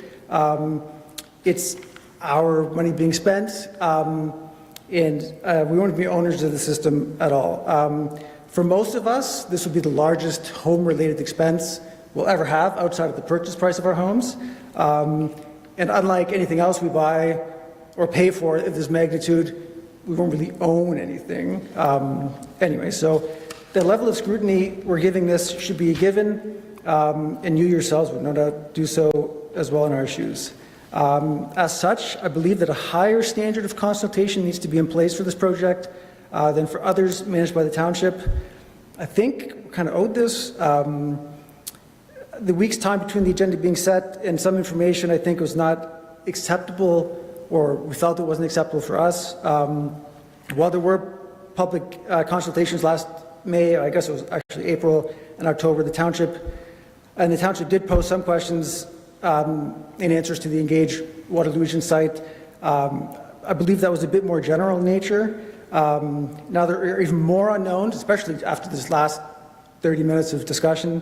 So we'd like to sit down in some way with staff, be it Jeff. I mean, Jeff offered something today, I believe, through email, in something we would welcome, even with MTE. I don't really know what that looks like, but I'm just putting it out there. The email responses to our questions have been appreciated, but of course, this one-on-one, one-off communication leads to a lot of confusion and to people that aren't part of those communications not having the information. So there's not like a single source of truth or a single source of information for all of these things. And I know we talked about the word fragmentation earlier about the well. That kind of also does that within our neighborhood, as much as we try to keep everyone sort of abreast of what we learn. And so, the Engage site is pretty good at capturing some of these things. Should there be something different? I know Jeff in an email today said something like that might be getting spun up. I don't know what that looks like. That would be good. Some in-person meetings for neighbors or for residents in the user system with staff involving some or all of you. I don't know what that looks like. Would be really good. And ultimately, why should you care? Obviously, I think you've been given a couple of reasons. You're worried about liability. But it's easy for you, in theory, to be like, it's not our neighborhood, it's not even the township's money necessarily, at least not all of it. Just vote, let's go ahead. And there's not really even enough of us, and we're not even in most of your wards to even vote anybody out if we're unhappy with this decision.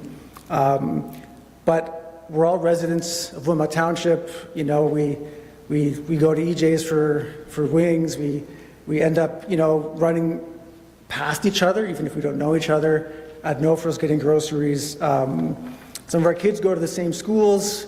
If they don't today, WO is sort of the high school here. So we're all sort of connected. So yeah, I don't know. That's I guess what I make of my statement now. So I would just appreciate it if you consider the users of the system and our costs as significant costs as part of this process and in decision making. Yeah, that's kind of where I'm at. Great, thank you very much, Phil. And it looks like Councillor Dunstall has a question. Thank you, through you, Mayor. You did a great job, by the way. Two questions, and actually it has something to do with what you mentioned, but it's going to be probably answered by Director Mullenhouse. What is the process for payment? How many years? I mean, is there a policy? How does that work exactly? Through you, Mayor. So what we've talked about is sort of a longer-term payment plan. We haven't really talked about specific details yet because we don't know exactly what that looks like. And again, that's partially why majorly why we're trying to get towards a detailed design level so that we can have those numbers and then come back to community and council about, here's the detailed cost and here's what payment structure could possibly look like before council can make a decision on that. We will not be in a position to give you detailed information on payment plans and those types of details, probably closer until we have the detailed information from design and the costs associated with it. Okay, perfect. One last question. What would be the obstacle to setting up an email distribution for these people, so that rather than having one-offs going to you and somebody else who asks a question, then you could send information to one email distribution group and they would all receive it? Would that be possible? Through you, Mayor. So my understanding was that there was a community representative that had a good portion of the community that was sort of channeling through that individual. And so that's what I've tried to use as a contact point to date. We have no problem with setting up a list of emails that we could just distribute to broadly, and that's certainly not an issue at all. We can certainly do that through our... That would be great, because I think then they would get notifications and that kind of stuff. It's perfect. Thank you. Does anybody have any questions for Phil while he's up at the podium? Okay, seeing none. Thank you again very much, Phil, for joining us this evening. Thank you for having me. And I will now invite up our next delegate, David Ross.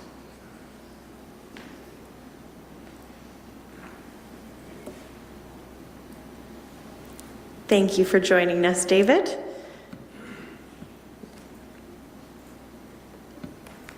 And thank you, Mayor and council members and others.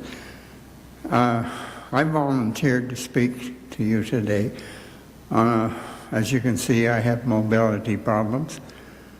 I'm a senior, and I felt I earned the right to speak on behalf of seniors in the town of Petersburg, because I retired from my teaching job back in June of 1993. So this is my 31st year of retirement, if you do the math. I will be 88 years of age in a month's time, and I'm wearing out. I'm very thankful for the medical people in this area who have helped me continue to live in the house that I've been in for almost 50 years on Alice Crescent. That has been made possible by no less than 7 different spare parts. They've been inserted in my body to keep me going. And it's one thing to have a hip or a knee replacement, which I've had, but when they get to replacing parts in your heart and your eyes, and that gets a little more serious. I did have a 90% blockage of one coronary artery, and they put a stent in to keep me going. My eyes have 2 new lenses because of cataract surgery. I now have glaucoma in the one eye and a pretty well lost sight in that eye. But so far, nobody has said to me, "You're not fit to drive." If that were to happen, I would have to sell my house and move into a retirement home. Now, I'm going to go back to 93. When I retired, a year after later, the negotiating team of teachers made a salary concession with the board. And that concession was to remove the retirees from the group medical plan. And we were put into our own group by Manulife. And my premium went from $2,500 to almost $6,000 a year. And that was just one big jump. Now, I thought about it and decided that I would start my own medical plan. And so for the bulk of those 31 years, I have been putting money into a tax-free savings account. Now, that's where I'd have to go to fund this reconstruction project of the water. I didn't set that money aside to pay for that. It's there to cover my costs as a senior. And I'm not the only one in the subdivision who's in this seniors category. I'm lucky enough to have a teacher's pension. There are others who don't have a pension from their work. And there are also a growing number of seniors who have lost a spouse. I lost mine. The neighbor right directly across the road from me also lost hers, and so did the neighbor to my right. So here's a pocket of 3 people who are trying to carry on, and then we get this whopping big bill of $50,000, or the proposal, and it could be increased beyond that. So I guess what I'm saying is, we as seniors are starting to really feel it. You hear the expression, seniors are on fixed incomes. Well, I can tell you my pension has never increased by 51%, which is what's being proposed as our tax hike. I mean, where does it end? My wife, when she passed away in 2020, Revenue Canada stepped in and said, oh, you no longer have someone to split your income with. Guess what happened? Instead of getting $3,000 back from me and $2,000 from her, a total of $5,000, I ended up paying Revenue Canada $5,000. So if you lose your spouse, there's a $10,000 wallop from Revenue Canada, and then there's the cost of this water system, and it doesn't end there.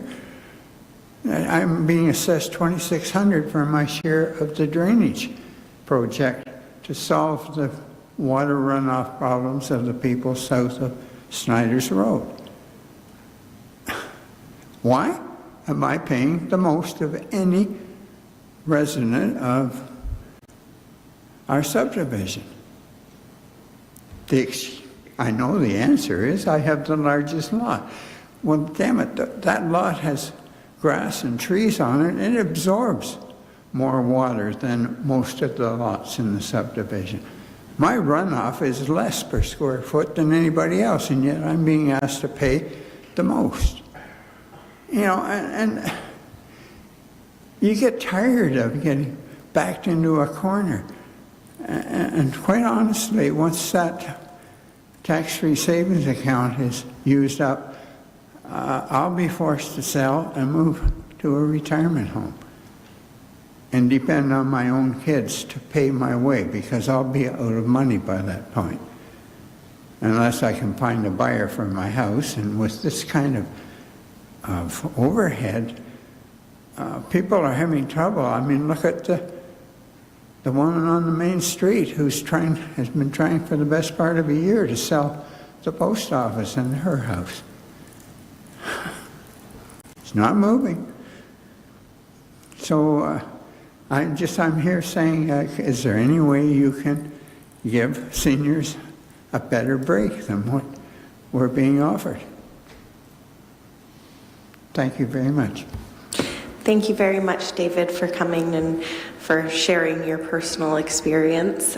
Councillors, are there any questions or comments for David at this time? Okay. Thank you again very much for joining us, David. And I will now call on our next speaker, and that is Doug Jordan.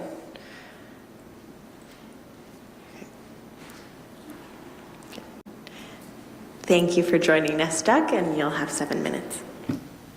Thanks for having me. My name is Doug Jordan. I'm from the Petersburg Black Hole of Water. A lot of what I'm going to talk about has been alluded to in the conversations between council and Mr. Muhlenhaus, but I'm going to give it to you from the point of view of one of the guys who's got to pay the checks, right? So, as we all know, the engineering firm of MTE, over the course of 6 months or so, has prepared their draft Petersburg drinking water system recommendations. Meanwhile, the residents of the properties this report focuses on have been given less than a week to receive it, review it, and attempt to understand it individually and collectively, especially considering the season we're in. We are the bank, so to speak, in this scenario, and we are dismayed at the lack of transparency and clarity of the information we've been receiving.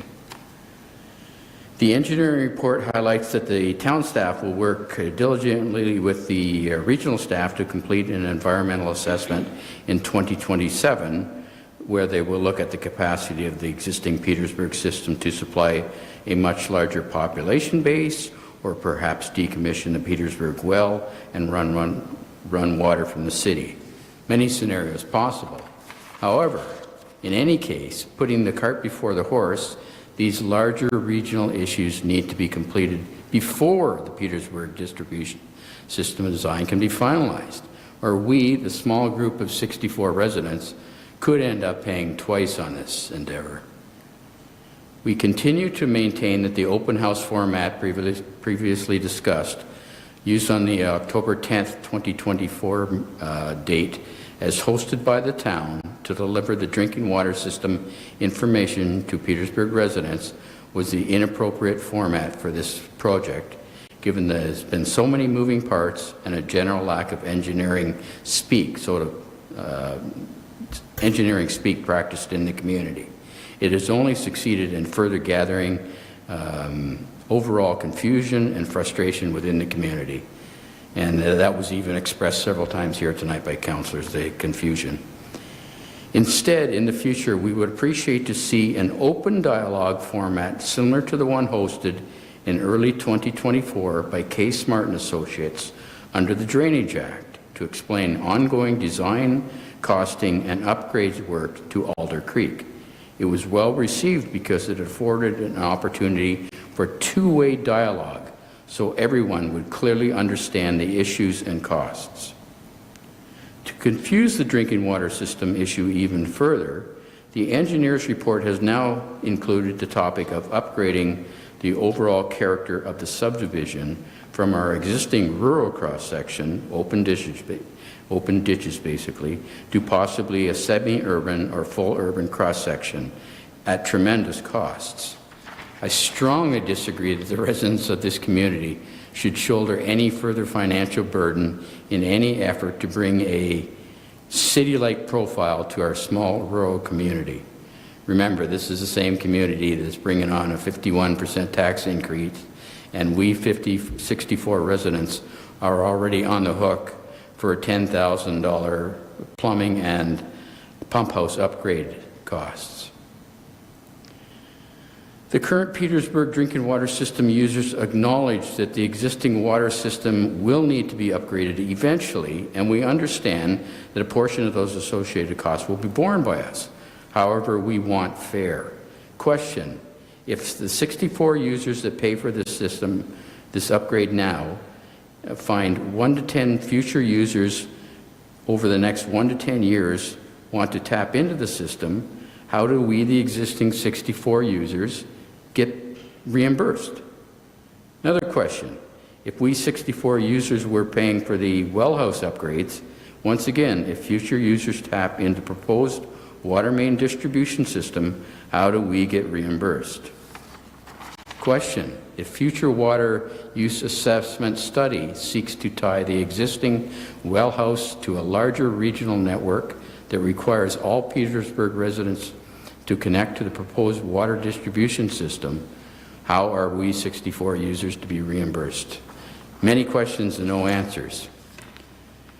Petersburg drinking water system users reaffirm that our water main system was built to municipal standards of the day, and up until May 14th, 2024, it was in full compliance of all MECP regulations. Fear-mongering appears to be part of a tactic used here to present the current system as being on the verge of critical failure, which could be foreshadowed if there had been a long or even recent history of any irregular water main breaks or bad negative water tests, yet none have occurred. To conclude, given the need for both assess larger regional issues in the future, followed by a broad lack of clarity and understanding around the wide array of changes and proposals for our community, we respectfully request that Council defer the decision to direct staff to proceed with a detailed design for replacing the nipple drinking water system. We also like to ask that staff be directed to have the MTE staff meet with the Petersburg Distribution Water System Users Group in a proper sit-down style meeting to walk us through all the entire project and costs and ideas so that we can all be on the same page. I thank you for your time. Thank you very much, Doug, for joining us. We do have some questions. Councillor Wilkinson first. Through the chair, my question will actually be directed to Director Molyneux, but thank you to Philip, David, and Doug thus far for coming and sharing your stories and thoughts. I do have a question, and through the chair, what does happen if someone wants to tap in the future? I mean, what are we potentially looking at? Through you, Mayor. So first, maybe just back it up a little bit. The region, the work that they've done on the well house, the cost that they've incurred there, they've actually bylawed that last year, and that is a cost that is assigned to, will be assigned to each resident within the existing serviced area. So they've proceeded with that work and the recovery of that work through what's existing there today. When it comes to future connections, it does become a bit complicated because we don't have all those answers yet at this point as to what technically can be serviced. So when we look at the potential for recovery and recouping, we need to know more answers as far as how the region will look to connect the system to the greater, we'll say, integrated urban system, or how they're going to look at supply. Some of those questions can't be answered today. When we look at the distribution portion, that's something we can look at in sort of a smaller area, and so there will be, we'll say, minimal impacts to some of the design changes, and so that's why we're asking to proceed with the smaller, we'll say, existing area only, with some of those additional lots for design only.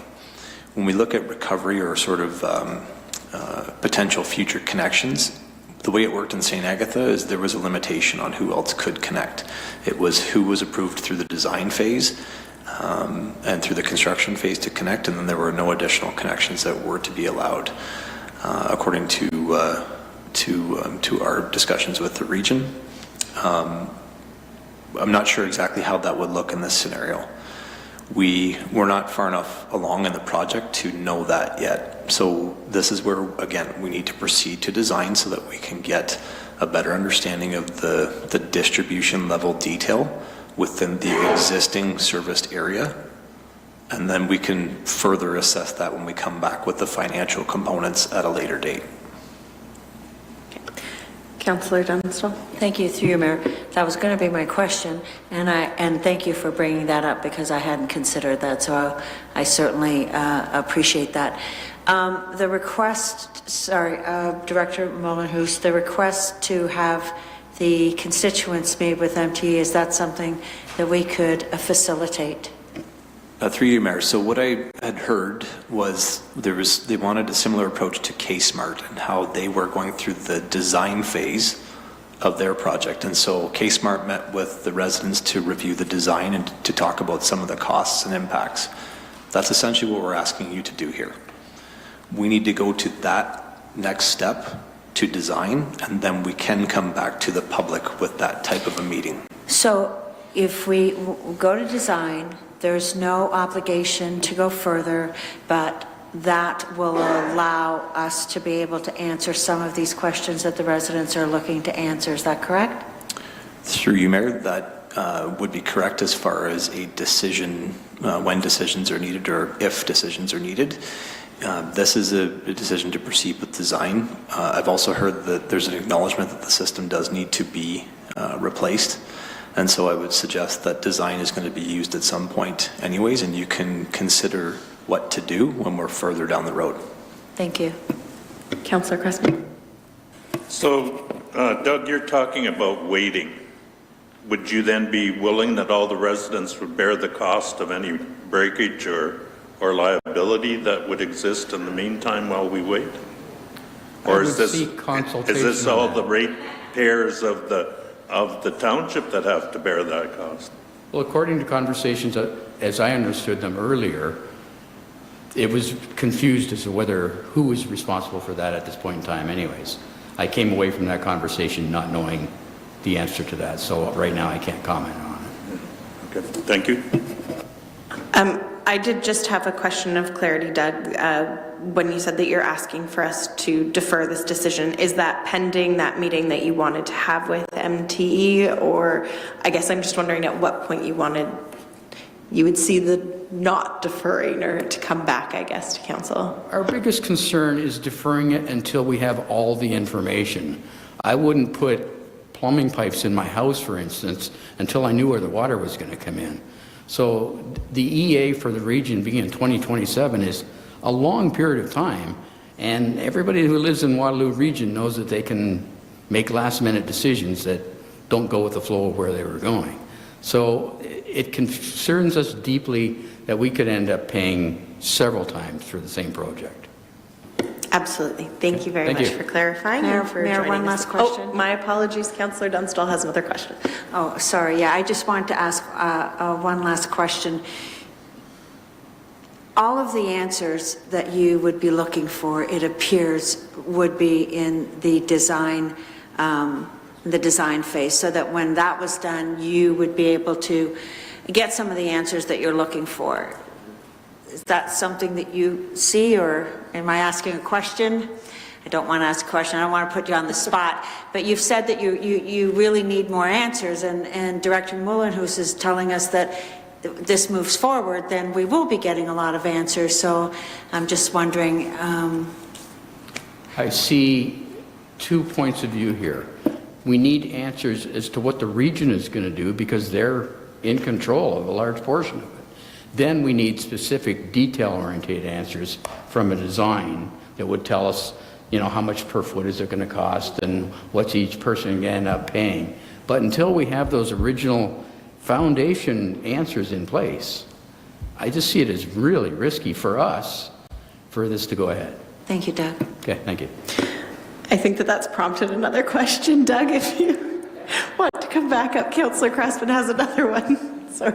So Doug, I guess where I'm confused is the distribution system is going to be needed regardless. That's an agreed upon fact. And the EA is determining how much water is available to support it. The assumption being, since this well supported the 60-odd homes currently, it will support them into the future with a new distribution system. The question is whether 19 can be added or want to be added if there's piping in front of their homes. I think that's what I see as the question in front of us, is that there's no question that the distribution system has to be upgraded. And anything from the region isn't going to, the only thing the region is going to answer is whether they can add an additional 19 or even more than that, which would be to your benefit.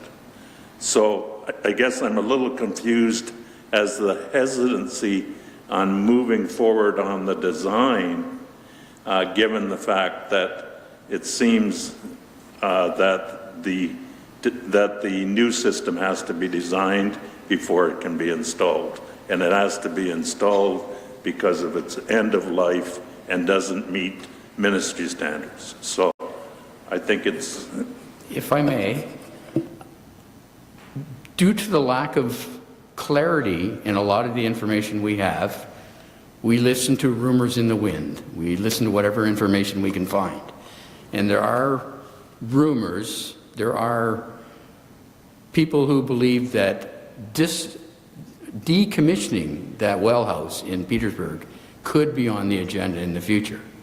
So if they do that and they bring water out from the town, or they bring it from St. Agatha, or they bring it from heaven knows where at the time in 2027, it could alter how our distribution system is laid out to some degree. I can't answer that because, again, we don't have any answers. So I'm not sure that we can clearly jump down that path and assume that.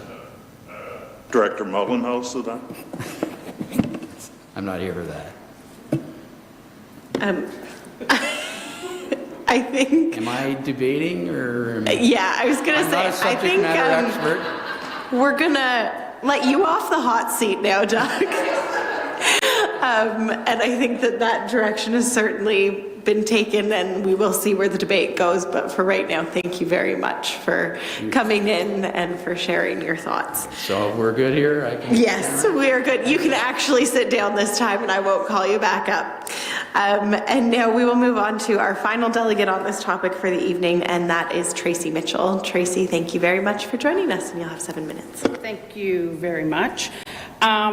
I know that a lot of stuff has been discussed, so I am just going to actually read what I have prepared for tonight, and then, because I figured, as far as I knew when I wrote this is the only thing that I knew. So, Mayor Sullivan, Wilmot Council, and staff, thank you for the opportunity for speaking briefly about the proposed solution for the private community well now under the care of Waterloo Region and Wilmot Township.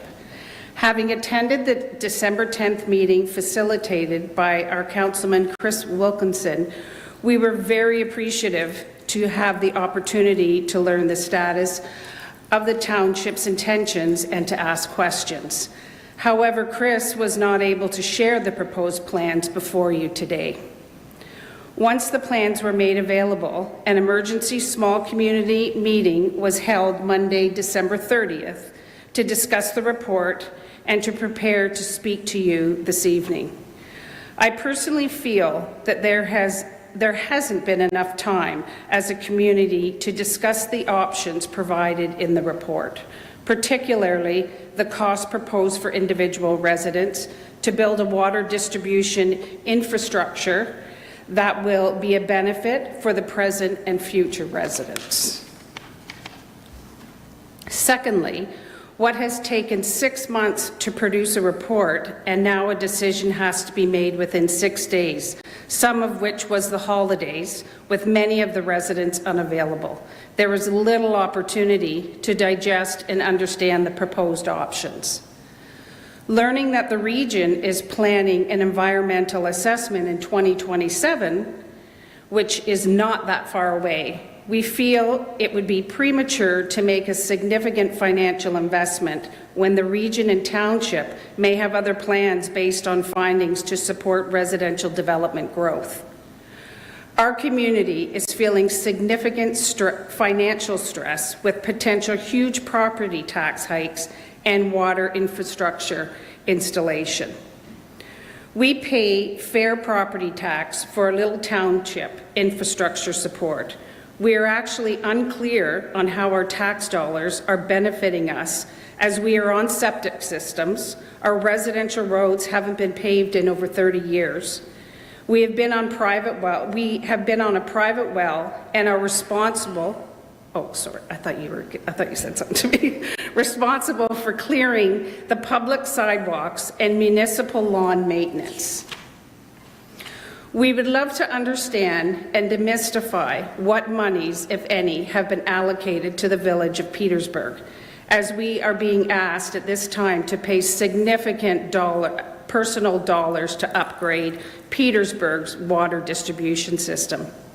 In closing, my partner and I would like to make a personal request that we delay this infrastructure upgrade until we are all shared the results of the assessment so informed decisions can be made. Thank you very much for this opportunity to share and for listening. Myself and my wife, Jan. Thank you very much, Tracy. Yep. Councillors, any questions for Tracy at this point in time? Okay, not seeing any. Thank you again very much for joining us. And okay, that is all of our delegations for this particular topic. I will now open it up to the debate component. Yes, Councillor Cressman.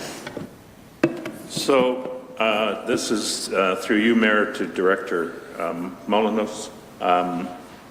Looking at the question of the distribution system, will it be significantly impacted in the future regardless of what water source is used?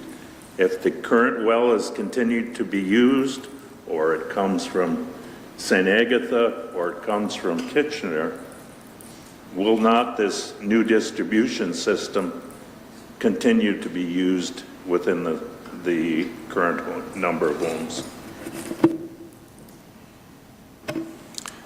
Through you, Mayor. So I think what you're getting at is just in terms of trying to coordinate with the future EA and what sort of distribution system, what sort of connection the distribution system would have to whatever supply scenario that they conclude is their preferred alternative in the future EA. I would suggest that there's a number of different potentials for servicing that they could look at for supply, and that there may be impacts to the well house, or there may be other piping needs that have to bring water to the community. But that is something that we can coordinate with, like I said before, just in terms of rough ends and in terms of other connection points. That's something that we could consider in advance of a result. So I'll ask the question the opposite way. If it's different than it currently exists, that doesn't make any improvements in the distribution system redundant or have to be ripped out or changed. Through you, Mayor, there is a potential that there may be some redundancies or maybe some alterations to edges of construction areas, I would say. I would not anticipate, though, that there would be substantial changes. In addition to that, I would also suggest that we don't know how the conclusion of the EA might look to, we'll say, recoup costs, if any, towards the users. So if there are costs that come as a result to, to a servicing scenario, it's undetermined at this point at what sort of a cost scenario the region might look at in terms of recovery from the area users. Any other questions or comments before we vote on this? Councillor Wilkinson? Through the chair, I think more so just a comment and a thought process. The issue here is, I mean, I think ultimately there's a concern for what the cost would be, but it's impossible to know what a cost can look like or what potentially faces the citizens of Petersburg here without a detailed design. And that detailed design really will provide that level of detail that is looked for. And obviously there's concern about spending money on that, but I think it provides you the level of detail and potential costs in the future that you'd be looking at. And I understand that there's the concern about the region and the EA, but ultimately the supply, whether that comes from the pump house that's already been upgraded or a potential pipe built by the region, still needs a distribution system, and the distribution system is our responsibility, and ultimately that's what we're discussing. So it's tough, but I think ultimately it makes sense to get the information to provide that higher level of detail right down to what the potential cost can look like by moving forward with the design. It obviously will allow for more time and conversation to take place. That's sort of my thought and where I'm at right now, and I share a lot of the concerns here, obviously, regarding costs and what this can look like. But again, it's impossible to know where that could go without a design, and delaying it any further. This is an assumption, of course, but I mean, we've seen with everything is the longer we put it off, the longer we delay, the more expensive it potentially gets down the road. So by putting this off potentially to 2027, you could be looking at greater expenses down the road, because it does take time to get there, and it takes time to get the material and everything. So, this is a tough situation, but I'm inclined right now to suggest that a design makes sense. Councillor Dunstall? Thank you, through you, Mayor. Director Mullenhouse, you had mentioned that the design process would take about a year. And so I guess my question to you is, and I know that there seems to be concern about the region making decisions in 2027, or the rumors. So this design process is going forward, it's taking a year, and as the year comes up to the end, I mean, certainly we can pivot at any time when information changes from the region to the township, correct?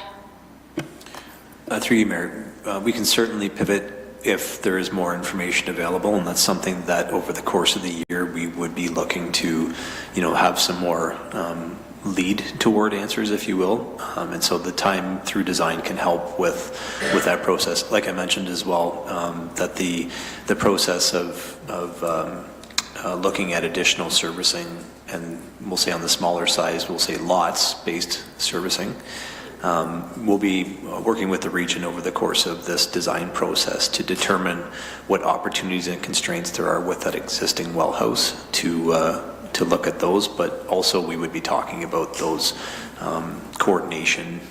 potential coordination impacts of future alternatives. Excellent, thank you. Councillor Martin? Through you, Mayor Salonen, I guess this is more possibly a question or a statement. I'd like to support you residents. I appreciate you coming in tonight. I appreciate the four of you doing your delegations. I'd like to say let's just delay it, but I also am a bit confused. I was curious what Councillor Wilkinson was thinking, and so had you not made your statement, I would have asked you what you're thinking about this, because I think you've spent more time talking with people and researching it. And I've also understood that Mr. Kniffel, am I saying that correctly? Kniffel is saying that he's not going to continue, so we have to do something. So even though I hear your request for us to delay, at the same time, it doesn't seem like we have a choice. So, I guess that's where I struggle. But Councillor Wilkinson? Through the chair, a question to Director Molyneux regarding design and potential impacts down the road. Can we speak to, say, if, for instance, the region decides to run out of pipe and it changes, how does that impact, say, potentially the water main we're looking at investing in right now? Like, say they require larger pipes or different changes. I mean, what are we looking at in that kind of scenario? Is that a possibility? Through you, Mayor, yeah, the region could potentially, look at the we'll say the piping size that they would need for their supply system. But the region and the lower tiers, the area municipalities that provide water services, we also operate in a scenario that we don't share pipes. So the local distribution system always has to come off of the supply system, and there's one point of connection. It's what we call a demarcation point, and so that is your one connection to their supply line. It is highly likely that they will have supply lines that will be needed if they conclude that they would like to connect to the integrated urban system. And so we can be assured that we will not be sharing pipes with them. We would have a point of connection, and that would be it. Councillor Wilkinson? Through the chair, another question here. Say, for instance, you move forward with design, and then down the road a decision is made not to proceed forward. The costs associated with that design process, where would those be allocated? Through you, Mayor, so similar to a municipal drain process, if there is a design that proceeds, we would expect that there would be something that would be to some degree borne by the benefiting owners. I think with the municipal drain process, it does tie to whoever starts the petition if the drain, we'll say, is abandoned. In terms of what I would suggest, there's a number of costs here already with this project that are going to have to be recovered from the residents, and some of them include the water meter portion that was expedited this past summer, and some of them include some costs for the MTE study and that type of thing. Those things will have to be recovered as well from the system users, and so I would suggest if we're proceeding with the design, that would also be recovered from the existing users. If council decides that they do not wish to proceed with the construction process, again, that's something that council can decide. There are other issues, though, that come out from no construction, and so that's also outlined within the report that if you are not looking to replace the system, then you really should look to make whole the financial component that should have come with this system when it came to us. Councillor Wilkinson. Through the chair, I'm curious about two things. One, and I'm just refreshing here, I think I wrote down We've requested that 3 weeks' time at the council meeting, if this is referred, you're coming back with a rough estimate of what a design would cost, correct? Through you, Mayor, yes, that's correct. Thank you. And then I guess maybe if you don't mind summarizing, I'm sort of reviewing quickly here. The total cost spent to date is what you've outlined in your report regarding water pumps, materials, and so on and so forth, right? So we're looking at 51 plus 2 plus 7 plus 8. That's the cost that's been spent already that needs to be recovered? Through you, Mayor, yes, that was the cost that was compiled, we'll say December of last year, 2024. Those costs are continuing to be incurred, or other costs are continuing to be incurred as we carry on with the project, and so that's what we're speaking to, that the stuff that's, we'll say, hit our ledger that is waiting to be recovered. And I will note, again, the region has gone through the bylaw process to recover, and I believe we're going to go through, it'll come through our billing process, you can correct me if I'm wrong, that it will come through our billing process because we are the front end of water billing. And so that's something that over the course of the first quarter that the residents should expect to see. Again, that's a regional process that we're administering the recovery for. And so that's separate from the cost that we've shown you here. Councillor Cressman? Yes. I'm getting a little confused here because I thought the distribution, through you, Mayor, I thought we had no choice but to upgrade this. It's nearing end of life. It has some lead joints. It's got some dead ends that present problems. And so I'm saying that it's inevitable that this distribution system has to be replaced. And so as such, I see no alternative but to move forward on the design phase to get the information that the residents are asking.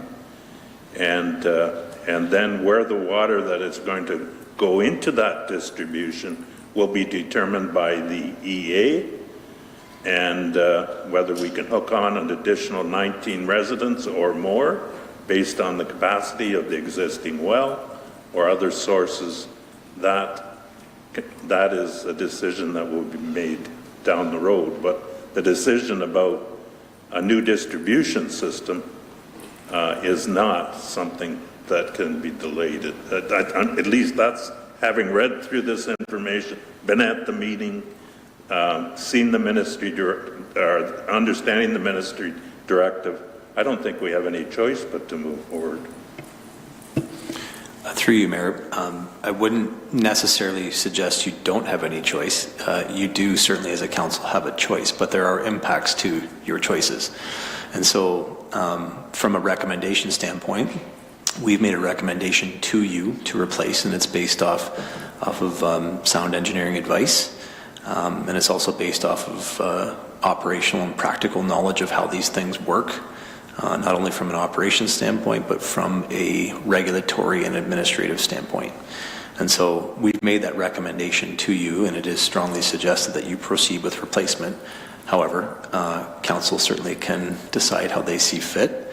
And so if we do down the road decide not to replace, there will be impacts to that, to us operationally. And again, we would probably have a different recommendation, and that's what I was mentioning before. We would have a different recommendation to recover the costs of this system that should have been transferred to us at the time of the operational and future ownership transfer.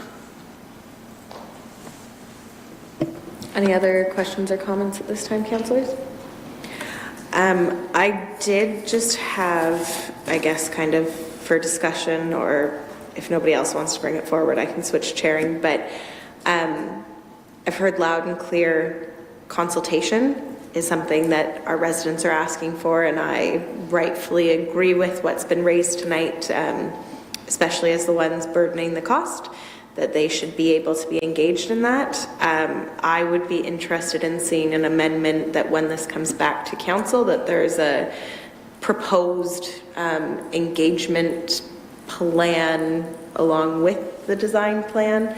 I'd also kind of look to staff if that's something that's viable. I'm not looking for a detailed, down to how many number of meetings, but more so just a general how you plan to engage with residents, and then giving residents obviously an opportunity to evaluate and see if that would suit their needs. Is that something potentially possible? Through you, Mayor, yeah, I think that's reasonable. We can look at if we're kind of comparing in-house costs versus design through a consultant. We would typically include that scope in an RFP in terms of what effort, level of effort would be required. So we can look at that in terms of an engagement plan and try to outline something for the late January council meeting. Is the late January council meeting sufficient, or would it make more sense to have it at the next committee of the whole? I'm just asking logistically. Through you, Mayor, I believe that the next committee meeting would be reasonable. I think we have a deadline that potentially could be met in the next week or so in terms of adjusting the report, and so that's something that we can work towards.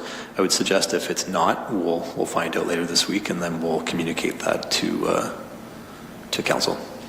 Okay, so I would be looking either if somebody wants to bring forward that formal amendment. Yes, so I see Councillor Dunstall and Councillor Wilkinson, that staff report back on a public consultation plan, and then that will give residents an opportunity to be able to see and engage with that. And I imagine I'll see many of you back here at our next meeting when that comes forward. So any questions or comments on that amendment then? Seeing none, all those in favor? That carries unanimously. Any other questions or comments on the motion as amended? Seeing none, all those in favor? And that carries unanimously. So again, just because this has obviously been extensive conversation and we are in our new structure of committee, it still means that this has not been formally approved by council. It'll be coming to our council meeting along with the additional requested information, and then we will have a whole other opportunity to further discuss this. But just thought I'd keep everybody up to speed as this is a new process in terms of procedure. But thank you very much to everybody who has contributed to this conversation. I think it was a very lengthy one, but a very necessary one. On to announcements. We're done with formal business, but Happy New Year, of course. And I just want to wish everyone well in the new year, as well as note that Council's next meeting for our draft 2025 budget is tomorrow, January the 7th, and that's starting at 7 p.m. in Council Chambers. And it is a public delegation night, so this is another opportunity for residents to speak in front of council and provide feedback on the proposed draft budget before council deliberates on it next week. You can register to delegate up until the day of the meeting. The cutoff for a virtual delegation for tomorrow is at noon. And delegations can be either in person or virtual. Also, just noting, I know many people have said that they are interested in joining, and we will have the overflow room open downstairs, but also just a reminder that you can tune in virtually to ensure that you have a comfortable seat to sit in while watching tomorrow's meeting. January 13th is the second Prime Minister's Path Community Tea Circle, and that's happening from 6 until 8 p.m. at the New Hamburg Community Centre. You can RSVP via the Eventbrite or by emailing pmp@wilmot.ca. And oh, I have one more, sorry. I forgot. My last announcement is our Heritage Wilmot is celebrating Wilmot's families for our Heritage Day 2025. They have beautiful posters you can see both on our website and throughout the community, and that is going to be taking place on Saturday, February the 15th from 10 until 2 at the New Dundee Community Centre, and it's free admission. I definitely encourage if you are around to come out. It's always a great event, and I believe that Councillor Cressman also has an announcement. Yes, as a member of the Heritage Committee, there's also recognition that the township was incorporated 175 years ago. So I don't know if they had the problems we have today, but that was then, and this is now. And the other announcement is Thursday night in New Dundee is Ward 1's Town Hall for solutions oriented towards the budget that we're facing. I think we've heard all the discussion out of, so let's hear from residents, and I'm hoping that we can get a good number of the residents from Ward 1 and others from the township that couldn't attend some of the other ones to come out. So that's 7 o'clock, New Dundee Community Centre, and we'll look forward to that. Very good. Any other announcements, councillors? Okay, seeing none, I will ask for a mover and a seconder to adjourn our meeting. Moved by Councillor Stu, seconded by Councillor Wilkinson. All those in favor? That carries unanimously. Have a great night, everyone.